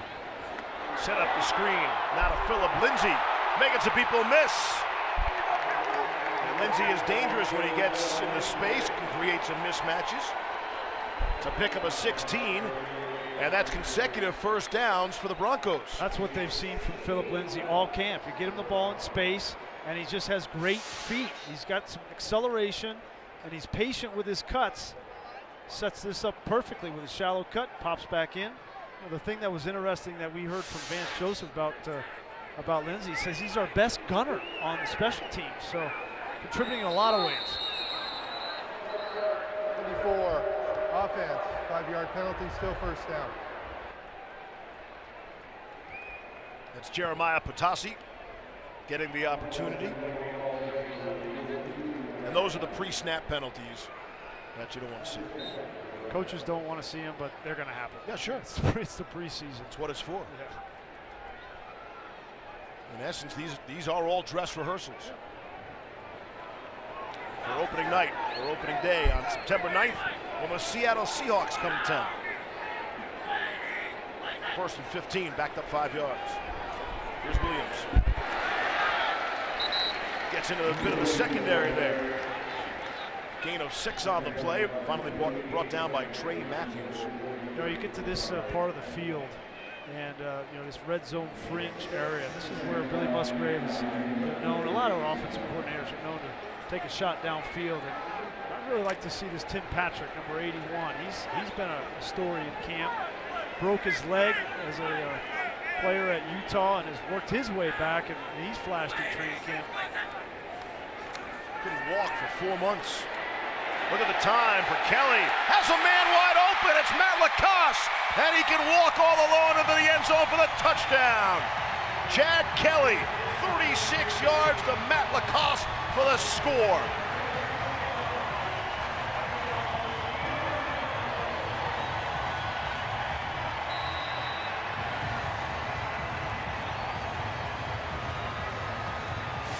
Recognition and the poise in the pocket from Chad Kelly. He wanted to get the ball to Tim Patrick on a curl route, didn't like it, but he didn't panic, and he just went to his number 2 read, and Lacoste ran a wheel route behind it for the touchdown. He did everything right, except remember he was on the extra point team. That's 83 in orange running out late out of the field. I think they give him a pass on that one. You score your first touchdown in the Very NFL. Excited, yes. That's funny. Oh, and they had to throw the flag, too. He's going to hear about that. He's got a smile. That's okay. But you could see how you could lose your focus, of course. Here's McManus. On for the extra point. On the way. And it is good. Matt Lacoste in his 3rd year out of Illinois. They have a ball game here in the second half, Mark. Yes, sir. Chad Kelly gets an NFL touchdown to his credit as well. 1-score game, Denver. That'll be a tough time for Paxton Lynch. You want to be a supportive teammate, cheer on your fellow teammates. You sit next to Chad Kelly, who just threw, a perfect touchdown pass when Lynch struggled tonight. Yeah, I mean, it's human. You're human, right? You have these emotions. It's a sinking feeling to be sitting there. I've been there before and watch. You're in a competition, and there's no way around it. And these 2 guys are fighting tooth and nail every single day in practice. And so far, so good for Chad Kelly in this game. And the Broncos do not want to keep 3 quarterbacks on the roster. That is not ideal. Let's go back and take a look at Chad Kelly on that last touchdown. They ran a kind of a scissors route. This is Tim Patrick. He's going to come down, and here's Lacoste lined up, and he's just going to wheel around, and there's going to be great protection in the pocket for Chad Kelly. He goes through his reads, comes back. He wants to throw it to Patrick. He's not open. He doesn't panic. He just finds his tight end on the sideline, who's wide open for the touchdown. That was about as easy as it's going to get as for a quarterback in the NFL. But certainly a great recognition and read from him. Kyle Sloter is back out for more. Out at the 25-yard line of the Vikings in a 6-point game with 3.5 to play in the 3rd. Here's Sloter on the move. He's got some running room ahead of him, and he will scamper out of bounds away from Will Parks. The thing to remember about Kyle Sloter is he didn't play a whole lot of quarterback. He was a wide receiver, and then he got to Northern Colorado, and they needed him to play quarterback, and so he made the move. And so when he's out on the edge, of course, he's got the talent and the speed to make you pay. 2nd down and 5 upcoming. Mack Brown is the full setback for the Vikings. Playing with a banged-up offensive line. Sloter able to throw to the right side and complete to Brown out of the backfield. He's out to the 30, bring up a 3rd and 5. Will Parks had the coverage for the Broncos. Will Parks is playing a lot of football here in this game. He's in that mix and that conversation about potentially being a nickel or dime type linebacker.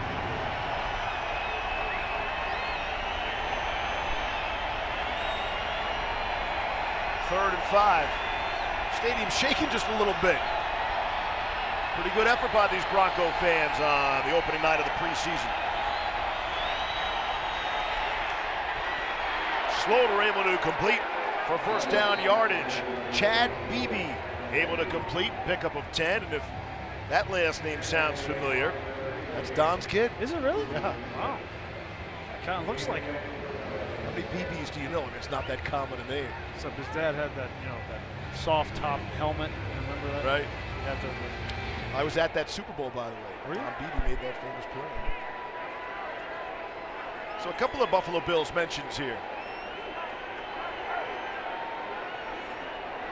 1st down and 10. Out of the 40.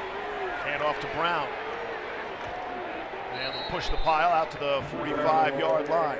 Coming up in the final 90 seconds of the third quarter to gain a 6. Take a look at young safety, rookie Trey Marshall out of Florida State. There he is right here. Watch him play the run here. He's a physical player. Comes up, sticks his face in there, pushes a guy back and makes the play. That's what they're looking for from that dime linebacker. More and more defenses in the NFL are using safeties, bring them down at the linebacker depth in nickel and dime situations, but they got to be able to play the run, and Trey Marshall did it pretty well. Undrafted free agent out of Florida State. And this is Brown trying to reverse the field, and he does. Kyle Pecco made the tackle for the Broncos after a gain of 11. Impressive drive, Mac Brown. Yep, coming off there on the backside, Kyle Pecco gets tripped up and goes down. And you know, when the defensive lineman gets on the ground, these backs are too good in the NFL. They know exactly where to go, cut behind him because there's going to be a big hole. Into Broncos territory now. 20 seconds to play here in the third quarter. Give it to Brown again. What can Brown do for you? Pick up another yard. Antonio Simmons making the stop. That should do it for quarter number 3.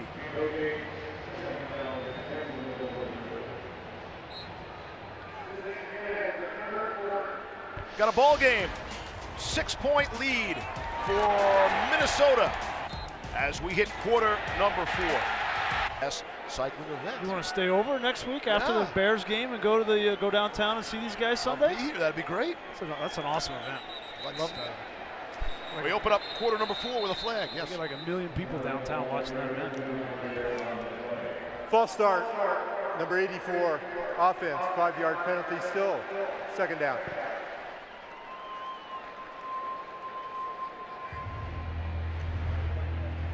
Chris, what's it like for a veteran who's out of the game? How locked in are you to the fourth quarter of the first preseason game? Right when you asked me that question, yes. I was looking down there at Demaryius Thomas. He's over there joking around on the sideline. Like I said, locked in. Yeah. Totally locked in on everything going on. Yeah. The question is, how many hot dogs did you have at halftime? That ball is in and out of the hands, nearly intercepted. Beebe was the intended target. C.J. Smith was there. C.J. Smith was upset with Keyshawn Bierria. He thought he might have had an interception, and then Bierria comes and just blows him up. Well, they're like, listen, hey man, that's what linebackers do. You know, just blow things up. Come on, man, I needed that ball. He would have scored if he would have caught it.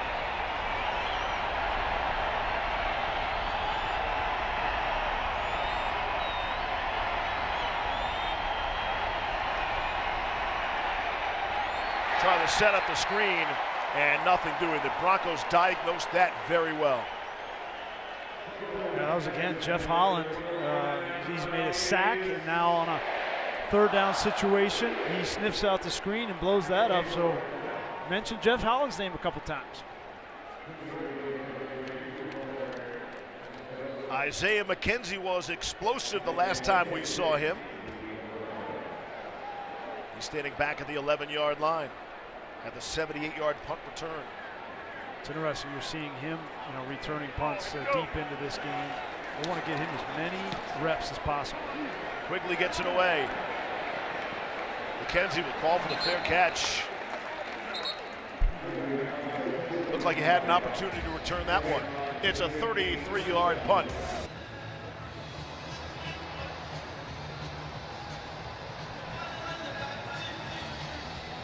Welcome back to Broncos Stadium at Mile High. Denver down right now 27-21, but making a comeback. Derek Wolfe joins me now, and I know there were a lot of Broncos happy to get things started again, but because your season was cut short last year, I'm sure you were really chomping at the bit to be back on the field again, Derek. Yeah, I was really looking forward to it because obviously last year was, November, I was done. And, having a neck surgery and dealing with all that stuff, and, anytime you come out here for the first time you're going to tackle somebody, it felt good to put my hands on another player that's not my teammate and tackle somebody, get him to the ground, and you know, I felt a little bit rusty playing real football because your nerves are going. You're still like, but you know, I had to let you getting to let it loose and doing. I wanted to leave myself out there and do a long drive to see if I had the wind, and you know, I did. I won a 7-play series, and that's a lot of plays for a defensive lineman. So, you know, I was pretty good. I was a little gassed, but nothing crazy. It's good. It's good to see you back on the football field. And your position right now, that Denver defensive line, there's some deep positions on this Broncos team. But that's probably got to be number one. Yeah, and that was a problem last year with injuries. Is that, you know, guys got, that's the problem. You get an injury, guys get stuck out there playing the whole game. So it's important to have depth so that there's not a drop off. If, you know, when I got to come off the field, Pecco's come off the field, Adam comes off the field, you know that Zach, Shelby, D. Walker's going to go in there. They're going to get the job done. Derek, last thing for you, you've talked in camp about how improved the offensive line was, that they're challenging you guys more. Yeah, absolutely, absolutely. You know, their technique has gotten a lot better. They're playing tougher. They're trying to be, you know, they're finishing the play. It's hard to get a one-on-one. You'll get them beat, and they recover well. You know, and that's what you look for in a good offensive line. Somebody plays nasty and plays tough and gritty. Derek, appreciate your time. It's great to see you back again. Okay, guys, we'll send it back up to you. Thank you, Rod. Thank you, Derek. It is good to see him healthy, one of the fiery leaders on this Broncos defense. Boy, when he's healthy and he's got his motor revved up, he is a game changer. And I know everybody likes to talk about Von Miller, and yes, well-deserved. But Derek Wolfe is a critical cog to this defense. A little bit of a dangerous situation there for Chad Kelly during that conversation. Issue with the snap. That snap is perfect. Here's Kelly to throw. And it is juggled. Let's see if they say it's a catch. Tim Patrick for 6 yards, and it's ruled a catch. That's Patrick's second grab on this drive. I know he's one of the players you were interested in. Yeah, I tell you, this kid, keep an eye on him throughout this preseason, because he's made plays like this. Catching the ball with his hands. He's big, he's athletic. 6'5", 210 pounds. That's a great target for a quarterback, and he's done nothing but impress coaches so far this preseason. We're told he can play any of the wide receiver positions as well, so that's important. That's Lindsey, bottom of your screen in motion. Here's Kelly. Rifles one across the middle. It's complete. Able to hook up to Brian Parker for his first catch. And it's a gain of 20. Start to see the confidence of Chad Kelly. He's throwing a touchdown pass. He's got some other completions going. He's feeling it right now. Watch how he threads this ball in between defenders. This is not easy to do. You got to anticipate and trust your tight end is going to come through that window. That's about as good as you can do it. Chad Kelly 6 of 7 for 97 yards and the score. At the Minnesota 40 now. Here's Kelly with plenty of time. Good pocket, bit of a jump ball. Looking around for a flag was Mark Chapman.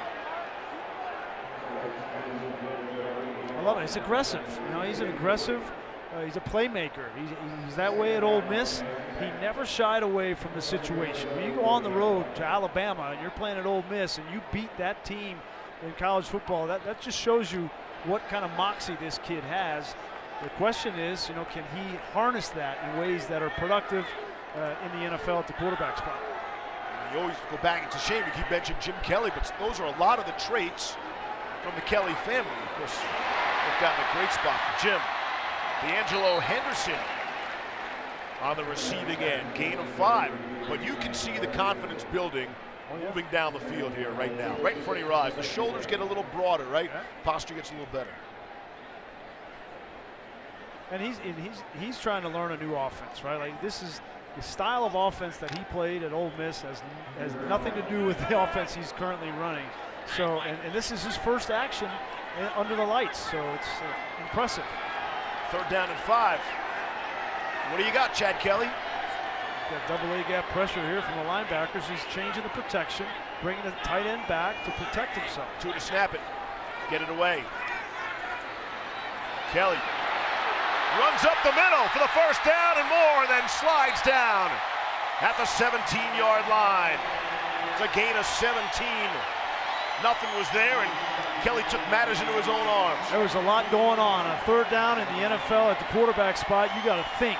You have to be able to adjust. He saw both of these linebackers, so he brought his tight end back. Watch, he gets it picked up. So now he knows he's protected. He didn't panic. First receiver's not open, and he just uses his feet. I mean, that's moxie. But it's also knowing how you're protected and how the offense works. First down. Ball spotted at the 19 of the Vikings. Kelly all by himself in the backfield. Looks to rifle one. It was batted down at the line of scrimmage. He was definitely looking in the end zone. Boy, Matt Lacoste thought he had his second touchdown of the night because he was open down the seam. And that ball just gets batted. You know, the other thing that happens is the offensive coordinator gets comfortable too. When a young quarterback starts playing well and they feel like they don't have to call a conservative game. Right now, Musgrave is attacking the end zone. Dave Williams is checked in now for the Broncos.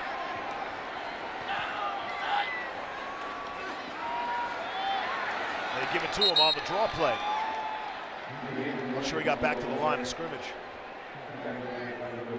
Richard Clear made the stop, the linebacker for the Vikings.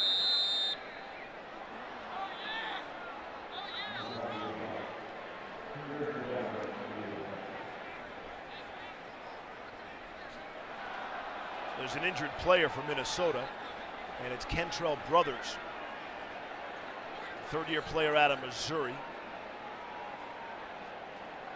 And he'll get attended to. Shouldn't that have been key number one, by the way? We're doing the keys to the game. Don't get anyone hurt. Right? Don't get anyone injured. On either side, anybody. An opportunity here actually helped Chad Kelly to settle down, now know the situation. NFL is so much about situations. 3rd and 11. And right here, you don't need to force the ball into a tight window. You got a field goal opportunity. Don't give that up. But if it's there, take your shot. Denver's first 9 drives, they had 2 first downs. The last 2 drives, 7 first downs, all led by Chad Kelly. Here's 3rd and 11. Lindsey to Kelly's left. Now going to the pattern.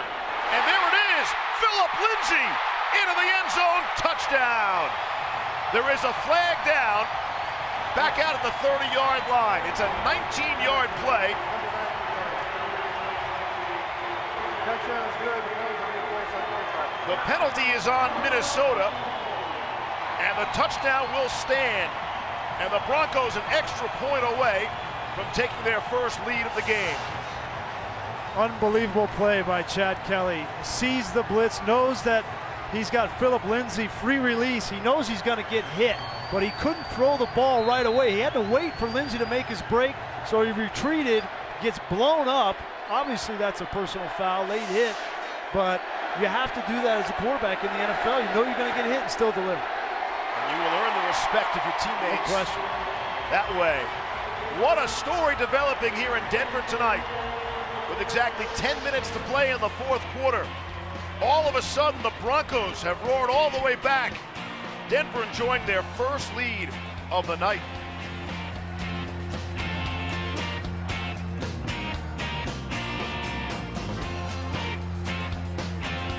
Brown. Game coverage begins at 7 right here on KTVD Channel 20. You know, you had a rough start to your first Broncos broadcast. I did? 24 points given up in the first half. Right. You're down, but so not you're me making a comeback. Not me necessarily. The Broncos defense. I blamed you.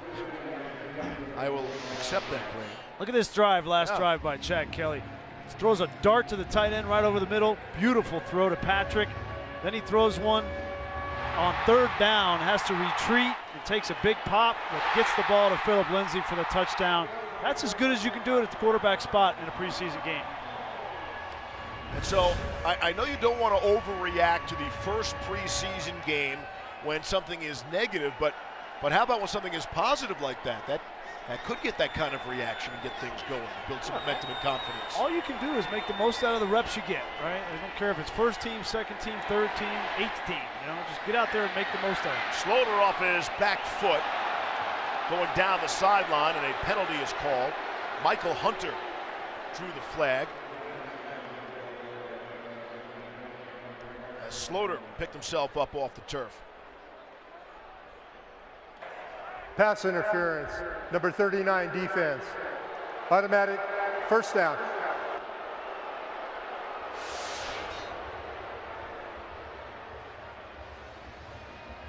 Some good position there.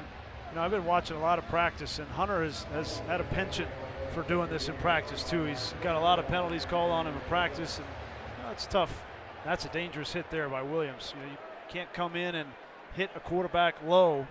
That's where you tear those ACLs. We've seen that flag before. Yeah.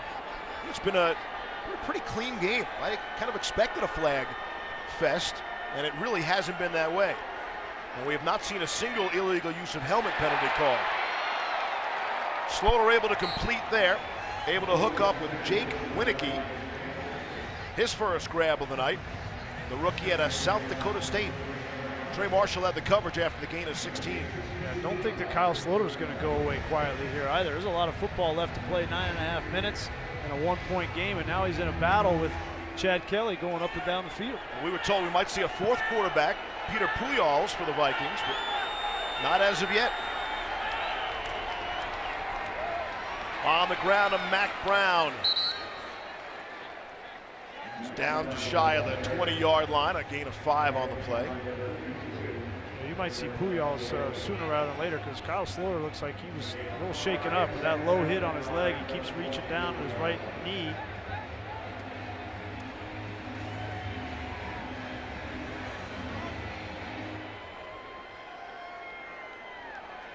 We tick under 9 minutes left.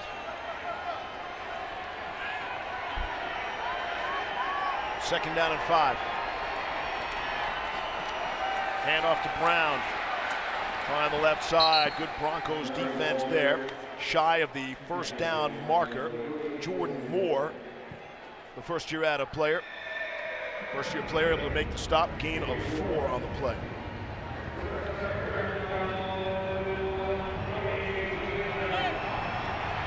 Moore, a star hurdler at TCU. Here's third down and short. Brown in the backfield with Kyle Slaughter. Slaughter rolling to his right and throwing and completing for the first down. It's Chad Beebe. That was a great throw and catch there. Interesting play call in short yardage, third down and 1. You know, a sprint right option with a quarterback who's a little gimpy. Get him on the move, but nice job of Beebe going down and making that catch. C.J. Smith right there with him, step for step. Needed 1, got 3. Ball spotted out at the 16.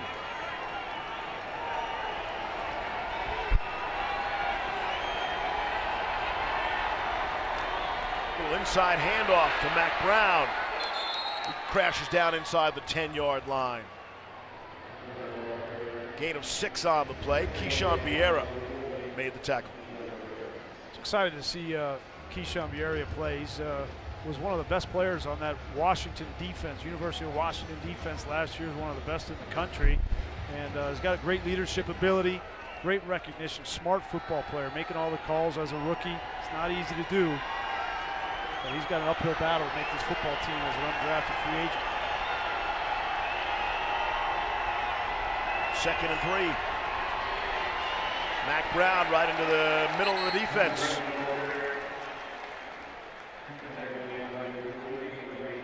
Trey Marshall. Grease, at this point in the game, so it's a 1-point game. In an exhibition game, are you still working on stuff now at this point?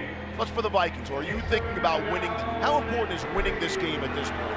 Well, you're absolutely working on situations, right? You're in a situation now with a 1-point game. So that you're working while you're trying to win the game. I mean, you got a third down here situation, so you're always trying to get better as you win the game. Even Vance Joseph's trying to get better. Calling a timeout yes. here, Denver, didn't like something. Timeout. 30-second timeout. And so at this point, are you scrapping then plans to take a look at somebody else, looking at a player that you wanted to see, get somebody a touch or two here, but wait a second, it's a close game. No, you're not making personnel decisions as to who plays and who doesn't play based on how close the game is, but you're putting those players in position to learn the situations of the games that they need to know and see how they perform in pressure situations. Hey, tonight's Broncos Flashback is brought to you by CarMax. In the first AFL NFL preseason game ever played, the Denver Broncos became the first AFL team to beat an NFL team. Beat the Detroit Lions 13-7 in 1967. They followed up the next week beating another NFL team, the Vikings, in front of 31,850 fans at the University of Denver Hilltop Stadium, with names like Tenzi and Crabtree. Costa and their first-round pick, Floyd Little. Denver defeated the Vikings 14-9. Out of the timeout, the defensive timeout. Here's third down. Bit of a high snap. Slaughter will loft one in the end zone. It is caught for the touchdown. It's Chad Beebe. It's a 9-yard scoring strike. And the Vikes made that look easy.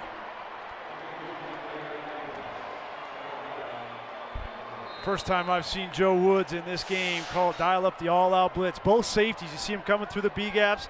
Kyle Slaughter knew exactly what the defense was. He just had to retreat. He knew he had one-on-one coverage on the outside with inside leverage, and that's the exact place you want to go, is to the corner route. And Kyle Slaughter got after Joe Woods right there. Beebe able to run away from C.J. Smith in the corner of the end zone. 6:01 to play here in the fourth. Kyle Slaughter can play. He can play. I mean, he deserves to be on that team in Minnesota. We'll see if he's able to beat Trevor Siemian. They're in a battle. Okay, Trevor Siemian's not guaranteed that backup spot. Kyle Slaughter's making a push. Mike Zimmer. Zimmer in his 5th year, got a new offensive coordinator in John D. Filippo.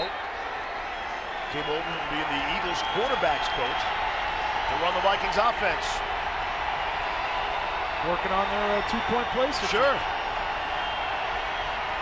All-out blitz again from Joe Woods. Up by 5, looking to make it 7. And is juggled and caught. Two-point conversion is good. Jeff Badette on the receiving end of Kyle Slaughter. And that's an impressive Vikings drive. What an answer from Kyle Slaughter. Chad Kelly goes right down the field to take a 1-point lead. Kyle Slaughter gets a high snap, all-out pressure, fades back and hits for a touchdown.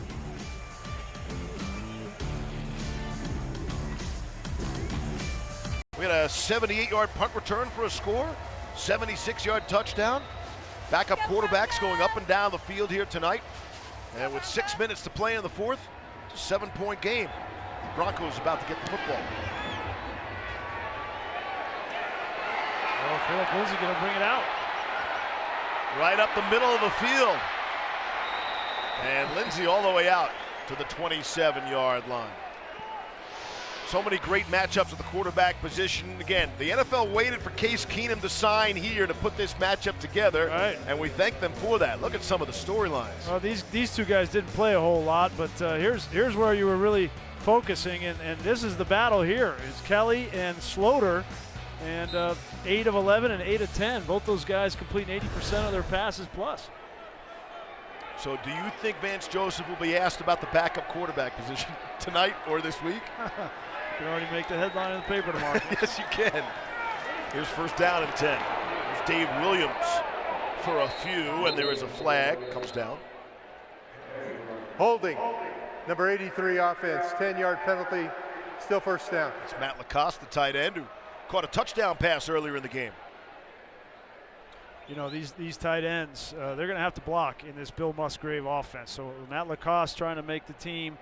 Jake Butt. There's a lot of, you ever notice there's a lot of Big Ten tight ends on this team. Jake Butts from Michigan, Hireman's Ohio State, Fumagali's Wisconsin, Traylor's Wisconsin, Lacoste is Illinois. There's 5 guys from Big Ten tight ends on this team, and I think a lot of that has to do with the fact they run the ball a lot in the Big Ten, and they need some tight ends that can block in the run game. 6 tight ends on the roster have accounted for just 12 NFL starts. Here's Kelly under duress, and it is intercepted. Chad Kelly is picked off by Jack Tocho.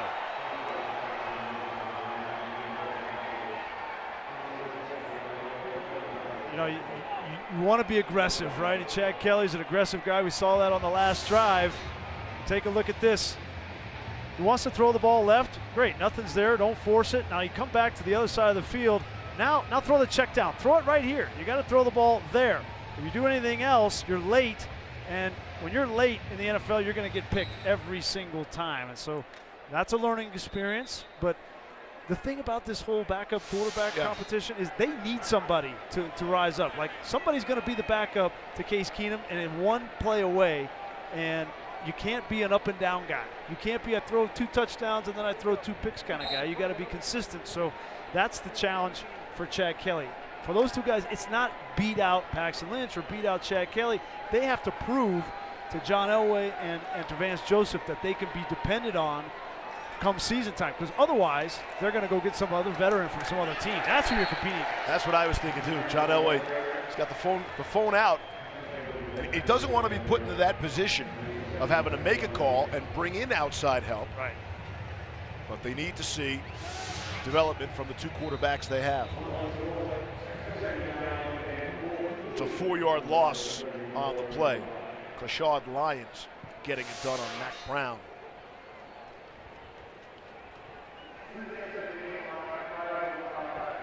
There's an injured player for the Vikings, and that is Brown, who has done the majority of the work on that Minnesota offense tonight. He's been impressive. He walks off the field somewhat gingerly.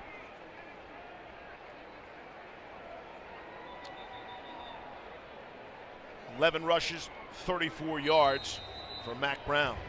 Mike Zimmer, that's Rick Spielman behind him, the general manager for the Vikings, who I think has done an outstanding job putting this team together. I mean, they needed, it felt like they needed one more piece and went out and got it in Kirk Cousins, but re-signing Stephon Diggs, this defense, they kept that intact after an outstanding season. Underneath, able to complete to Josiah Price, the tight end, making his first grab. Spielman had to spend the money to get Kirk Cousins. I imagine this will be mentioned every time a Kirk Cousins game this season, but he is the highest paid player in the NFL. $84 million for 3 years, a $28 million average, and wait for it, fully guaranteed. Yep. $84 million bucks. But the Vikings feel like the time is now. Yeah, they went to the NFC Championship game a year ago. I'm just surprised they didn't potentially keep Case Keenum. I told you driving over here today, I think if you put Kirk Cousins, Case Keenum, and Alex Smith in a hat and draw one out, you're going to get consistency. You're going to get the same kind of guy. I think I put them all together. So to pay that much guaranteed for Kirk Cousins when you had Case Keenum right there, right, and your team loved him, I was a surprise to me. Could have spent the money elsewhere. Yeah. Upgraded, say, the offensive line. Especially in light of the recent injury to Nick Easton now. On 3rd and 5, the flags fly. False start, number 78, offense. 5-yard penalty, still 3rd down. Jago Joseph was flagged there again. They're banged up on the offensive line. Pat Elflein is their outstanding center. He has yet to pass his physical, so he's on the PUP list, but they expect him back for opening day. Mike Remmers, they expect him to be ready to go on opening day. He's got an ankle issue, but Nick Easton, one of the keys to that offensive line, had surgery, his neck and back, and he is lost for the season. The rest of this roster is set for the playoffs, for a deep run in the playoffs. So a lot on that offensive line, certainly. 3rd and 10. They're in field goal range, that's for sure. And they're still thinking about a touchdown. On 3rd and 10, they get the 10. We'll see where they mark it. Wow. They're going to move the chains. That one hurts. You bring a blitz off the edge, and good play call there. And a great effort there to get the first down. You don't anticipate getting a first down on 3rd and 10 by running the football. I said they were in field goal range. Remember, they have Daniel Carlson, who they've been in field goal range for a while now. Who had a 56-yarder earlier in this game. Vikings on the move, leading by 7 under 4 to play. Hand off to Boone. See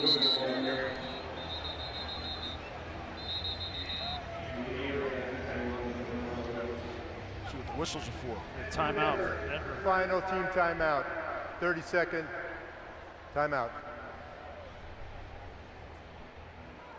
Be interesting to see how Vance Joseph grows as a coach this season from last season. We were talking with him about it yesterday, and he identified some areas where he could be more assertive in his coaching, coaching his coaches in particular, and not just allowing them free reign. certainly I think that's an area that that he has put more emphasis, and then being more vocal in practice and more directive. And I think the fact that there's no more Aqib Talib, right, it allows not only the players but Vance Joseph's voice to be heard more, I think, this season. Out of the timeout. Mike Boone staying on his feet. Good second effort there. And he's inside the 15 of the Broncos. Jordan Moore made the stop, gain of 5. Mike Boone's a player they really like. The Vikings do, a rookie out of Cincinnati. And a physical hit here from Trey Marshall. Well, earlier this week, the Broncos community was saddened to learn of the passing of former Broncos executive Tom Heckert. Tom spent the last 5 seasons in the personnel department, helping the team to 3 playoff appearances, 2 AFC championships, and a Super Bowl victory. Tom spent 27 years working in the NFL. Our deepest condolences and sympathies to his family. Tom was just 51 years old. Here's Kyle Sloter for the pylon, and he got there. Touchdown, Vikings. Boy, you think he's not jacked up coming back to his home state, play against the team that cut him, released him, and to make that play, he's already got a bum wheel. He went down on a late hit, and here comes the wide receiver in him. You know, that speed to get to the edge and finishes in the end zone. Tough, gritty player.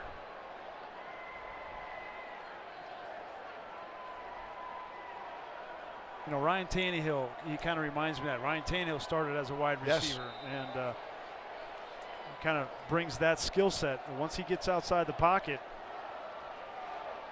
great effort there. He extends that right throwing arm. I think that's dangerous. It's Carlson on for the extra point. There's a flag down.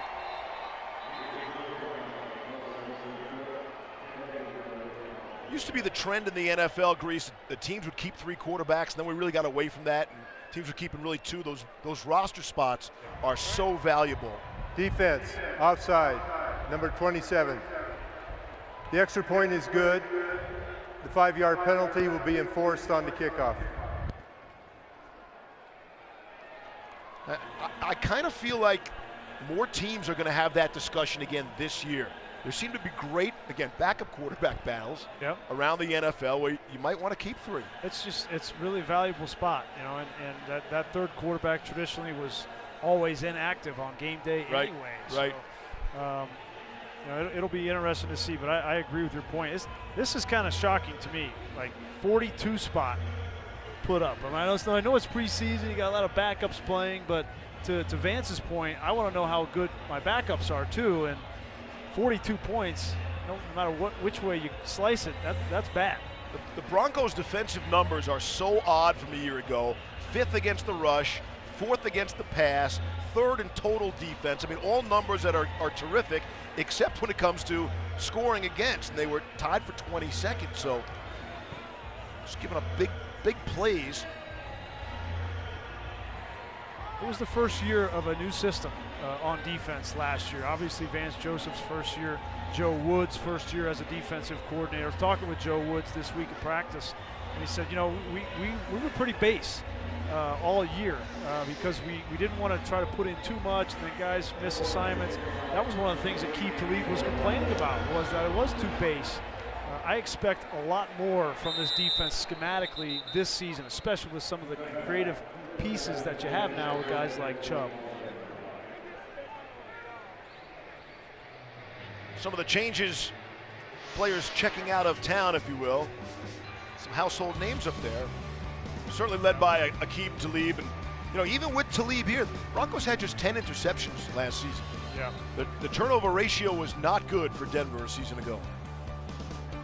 A couple guys, I know they wanted to keep a couple guys like a Benny Fowler, just couldn't keep him. Cody Latimer was a great special teams player, but didn't do a ton on offense.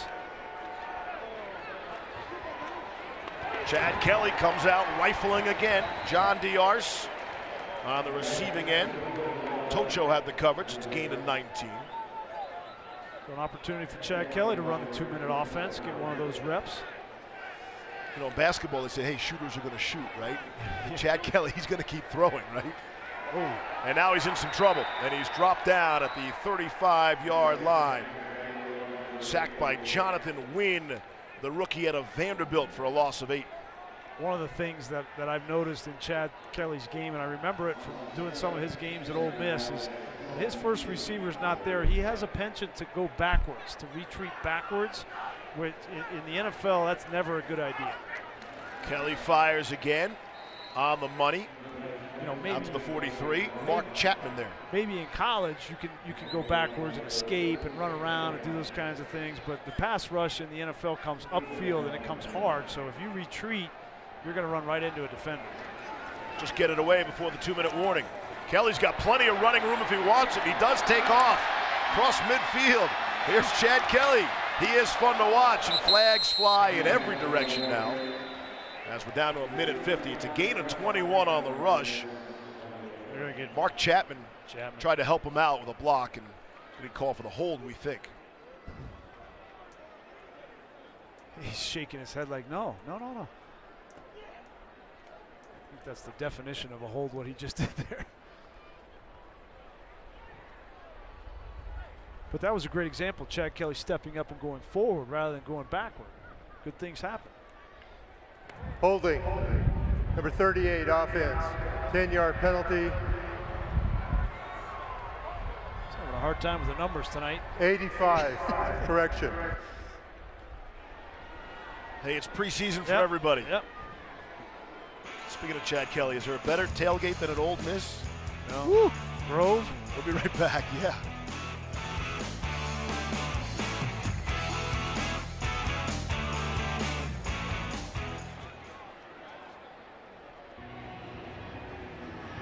Marius Thomas signing on the dotted line for many fans. Makes some people's nights tonight. Good effort by the Broncos, taking care of the people who come out here and spend their hard-earned dough. Come out to the football game. Here's tonight's play of the game, brought to you by Comcast Xfinity. Yeah, that was a great play from Chad Kelly and the rookie, Philip Lindsay, that put the Broncos up momentarily by a point. They've given up a couple of touchdowns here in the fourth quarter to Kyle Sloter, but certainly that was a highlight of the game for Chad Kelly and Philip Lindsay. Out of the 2-minute warning with $1:50 to go on 3rd down and 2. Kelly throws and completes. Able to hit Brian Parker. Took a hard hit. These officials are, they can't wait to get the flag out of their pocket. Any hit that's big, you know, they're going to throw it. That was a clean hit. I think it is. They'll look at it afterwards. There's no foul on the play. I love when they do that. Great job. Pick it up. One guy, you know, comes in and hits him low. Clean hit. Yep. That's a clean hit. I mean, shoulder. Yep. Yeah, that's. And that's what they call team officiating, by the way. There's a 3rd team out there, Grease. They're wearing stripes, and so they got together and came up with the right call. Non-call, nearly picked. That would have been sideline city. It would have been all green. Trayvon Mathis. Wow. Chad Kelly staring it down. See his head go directly over there. Right when he gets the ball, his head goes there. That allows the defenders to read, telegraph where you're throwing it and make a jump on the ball. Kelly now 11 of 16, 155 yards, 2 touchdowns, 1 interception, very nearly 2 there.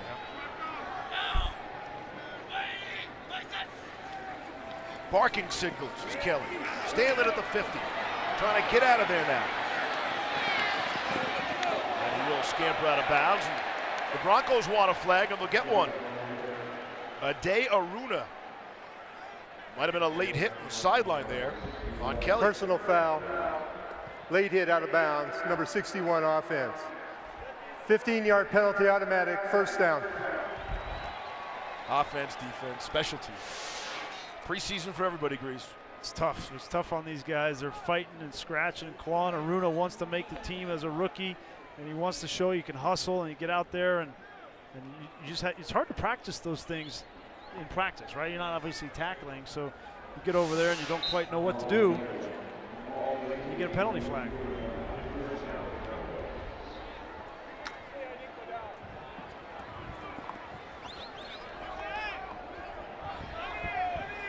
Final 60 seconds here at Broncos Stadium at Mile High. Kelly will step and fire and complete to Diarse. He's down to the 10-yard line. Broncos are out of timeouts. So right now, Chad Kelly, he needs to get the play called, get up there, operate the offense.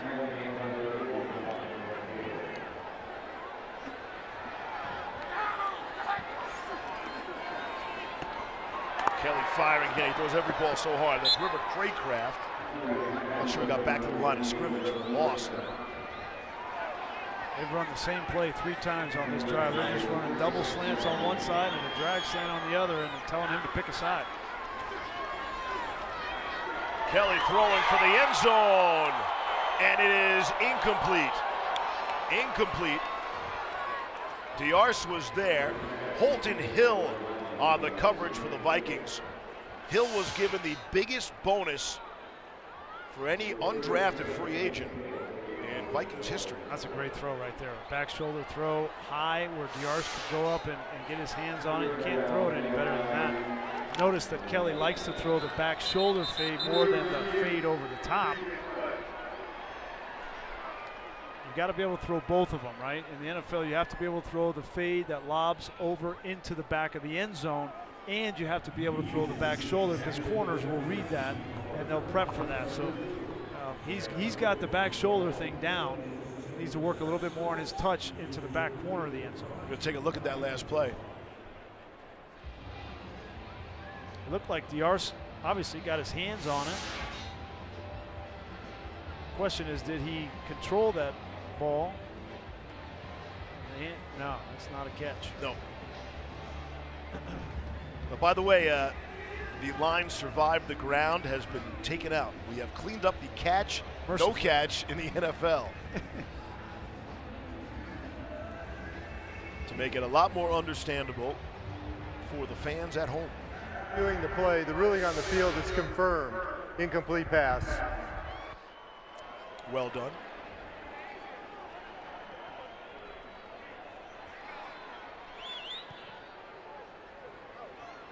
They have eliminated the survive the ground, but they have added the make a football move back into the terminology, so you'll be hearing that quite a bit this season.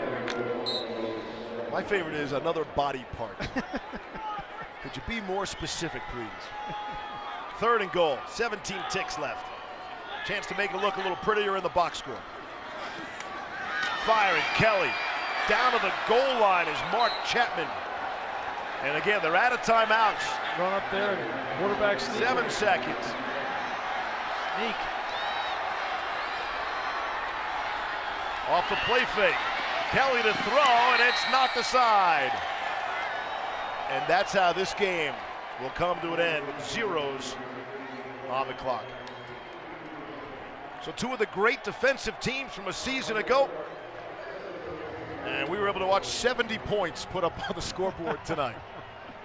42-28, Minnesota Vikings. Going to hear from Vance Joseph shortly. I think Rod dares ask him about the backup quarterback situation. Find out something about Rod tonight. Yeah, right. Rod, he can hear you, you know. Yeah, now I've done that to him. I met the guy 5 minutes ago, and I'm putting him on the spot. Welcome to the team, Rod. There's some love. Case Keenum got so many people who really love and respect him on that Minnesota sideline. There's a great shot of those two quarterbacks. There were a lot of people on that Minnesota team that, you know, they weren't so excited about Case Keenum not getting re-signed there, especially on the offensive side. Keenum said he still remains friendly with a lot of those guys. Of course, he'll be forever linked with Stephon Diggs and the Minneapolis Miracle. I said, when's the last time, Case? I mean, do you see the play every single day? When's the last time he thought about the ESPYs? That was the last time he saw that. Kyle Sloter, Paxton Lynch. Well, these are some quarterback rooms, huh? Last year and this year. Here's Rod Mackey. Take it away, Rod. Okay, Coach. Well, kind of a slow start, strong finish. Chad Kelly provided a spark for this team, no doubt. He played really well tonight. He played very natural. You know, he made plays with his feet and his arms, so that was fun to watch him play. What about the starters, the way things started out? Obviously, we talked to Case Keenum. He wasn't pleased. The defense wasn't real pleased with what they started. Well, on defense, we didn't stop the running, and on offense, we had a nice first down play. We jump into a no huddle, and we jump off sides. You know, so it was all self-inflicted wounds, and starting faster has to be our goal next week. When you evaluate this thing, just your final overall thoughts on this thing. I mean, people are going to want to hear about a quarterback controversy again. We had it once. Yeah. What do you want? What is your thoughts coming out of this game? Well, Case Keenum's our starter, so we don't have a quarterback controversy at all. Okay, obviously we got to watch the tape and see what really happened tonight. But we have a starter right now, so I'm good. Very good, Vance. Thank you very much. Appreciate it. Okay. And remember, these guys were 4-0 last year. In the preseason, they only won 5 games in the regular season, so maybe a loss is a good thing at this point. Guys, we'll send it back up to you. Well done, Rod. Rod, I'm sorry that he talked you into asking him that question because you knew what answer you were going to get. We have our quarterback in Case Keenum. I know. I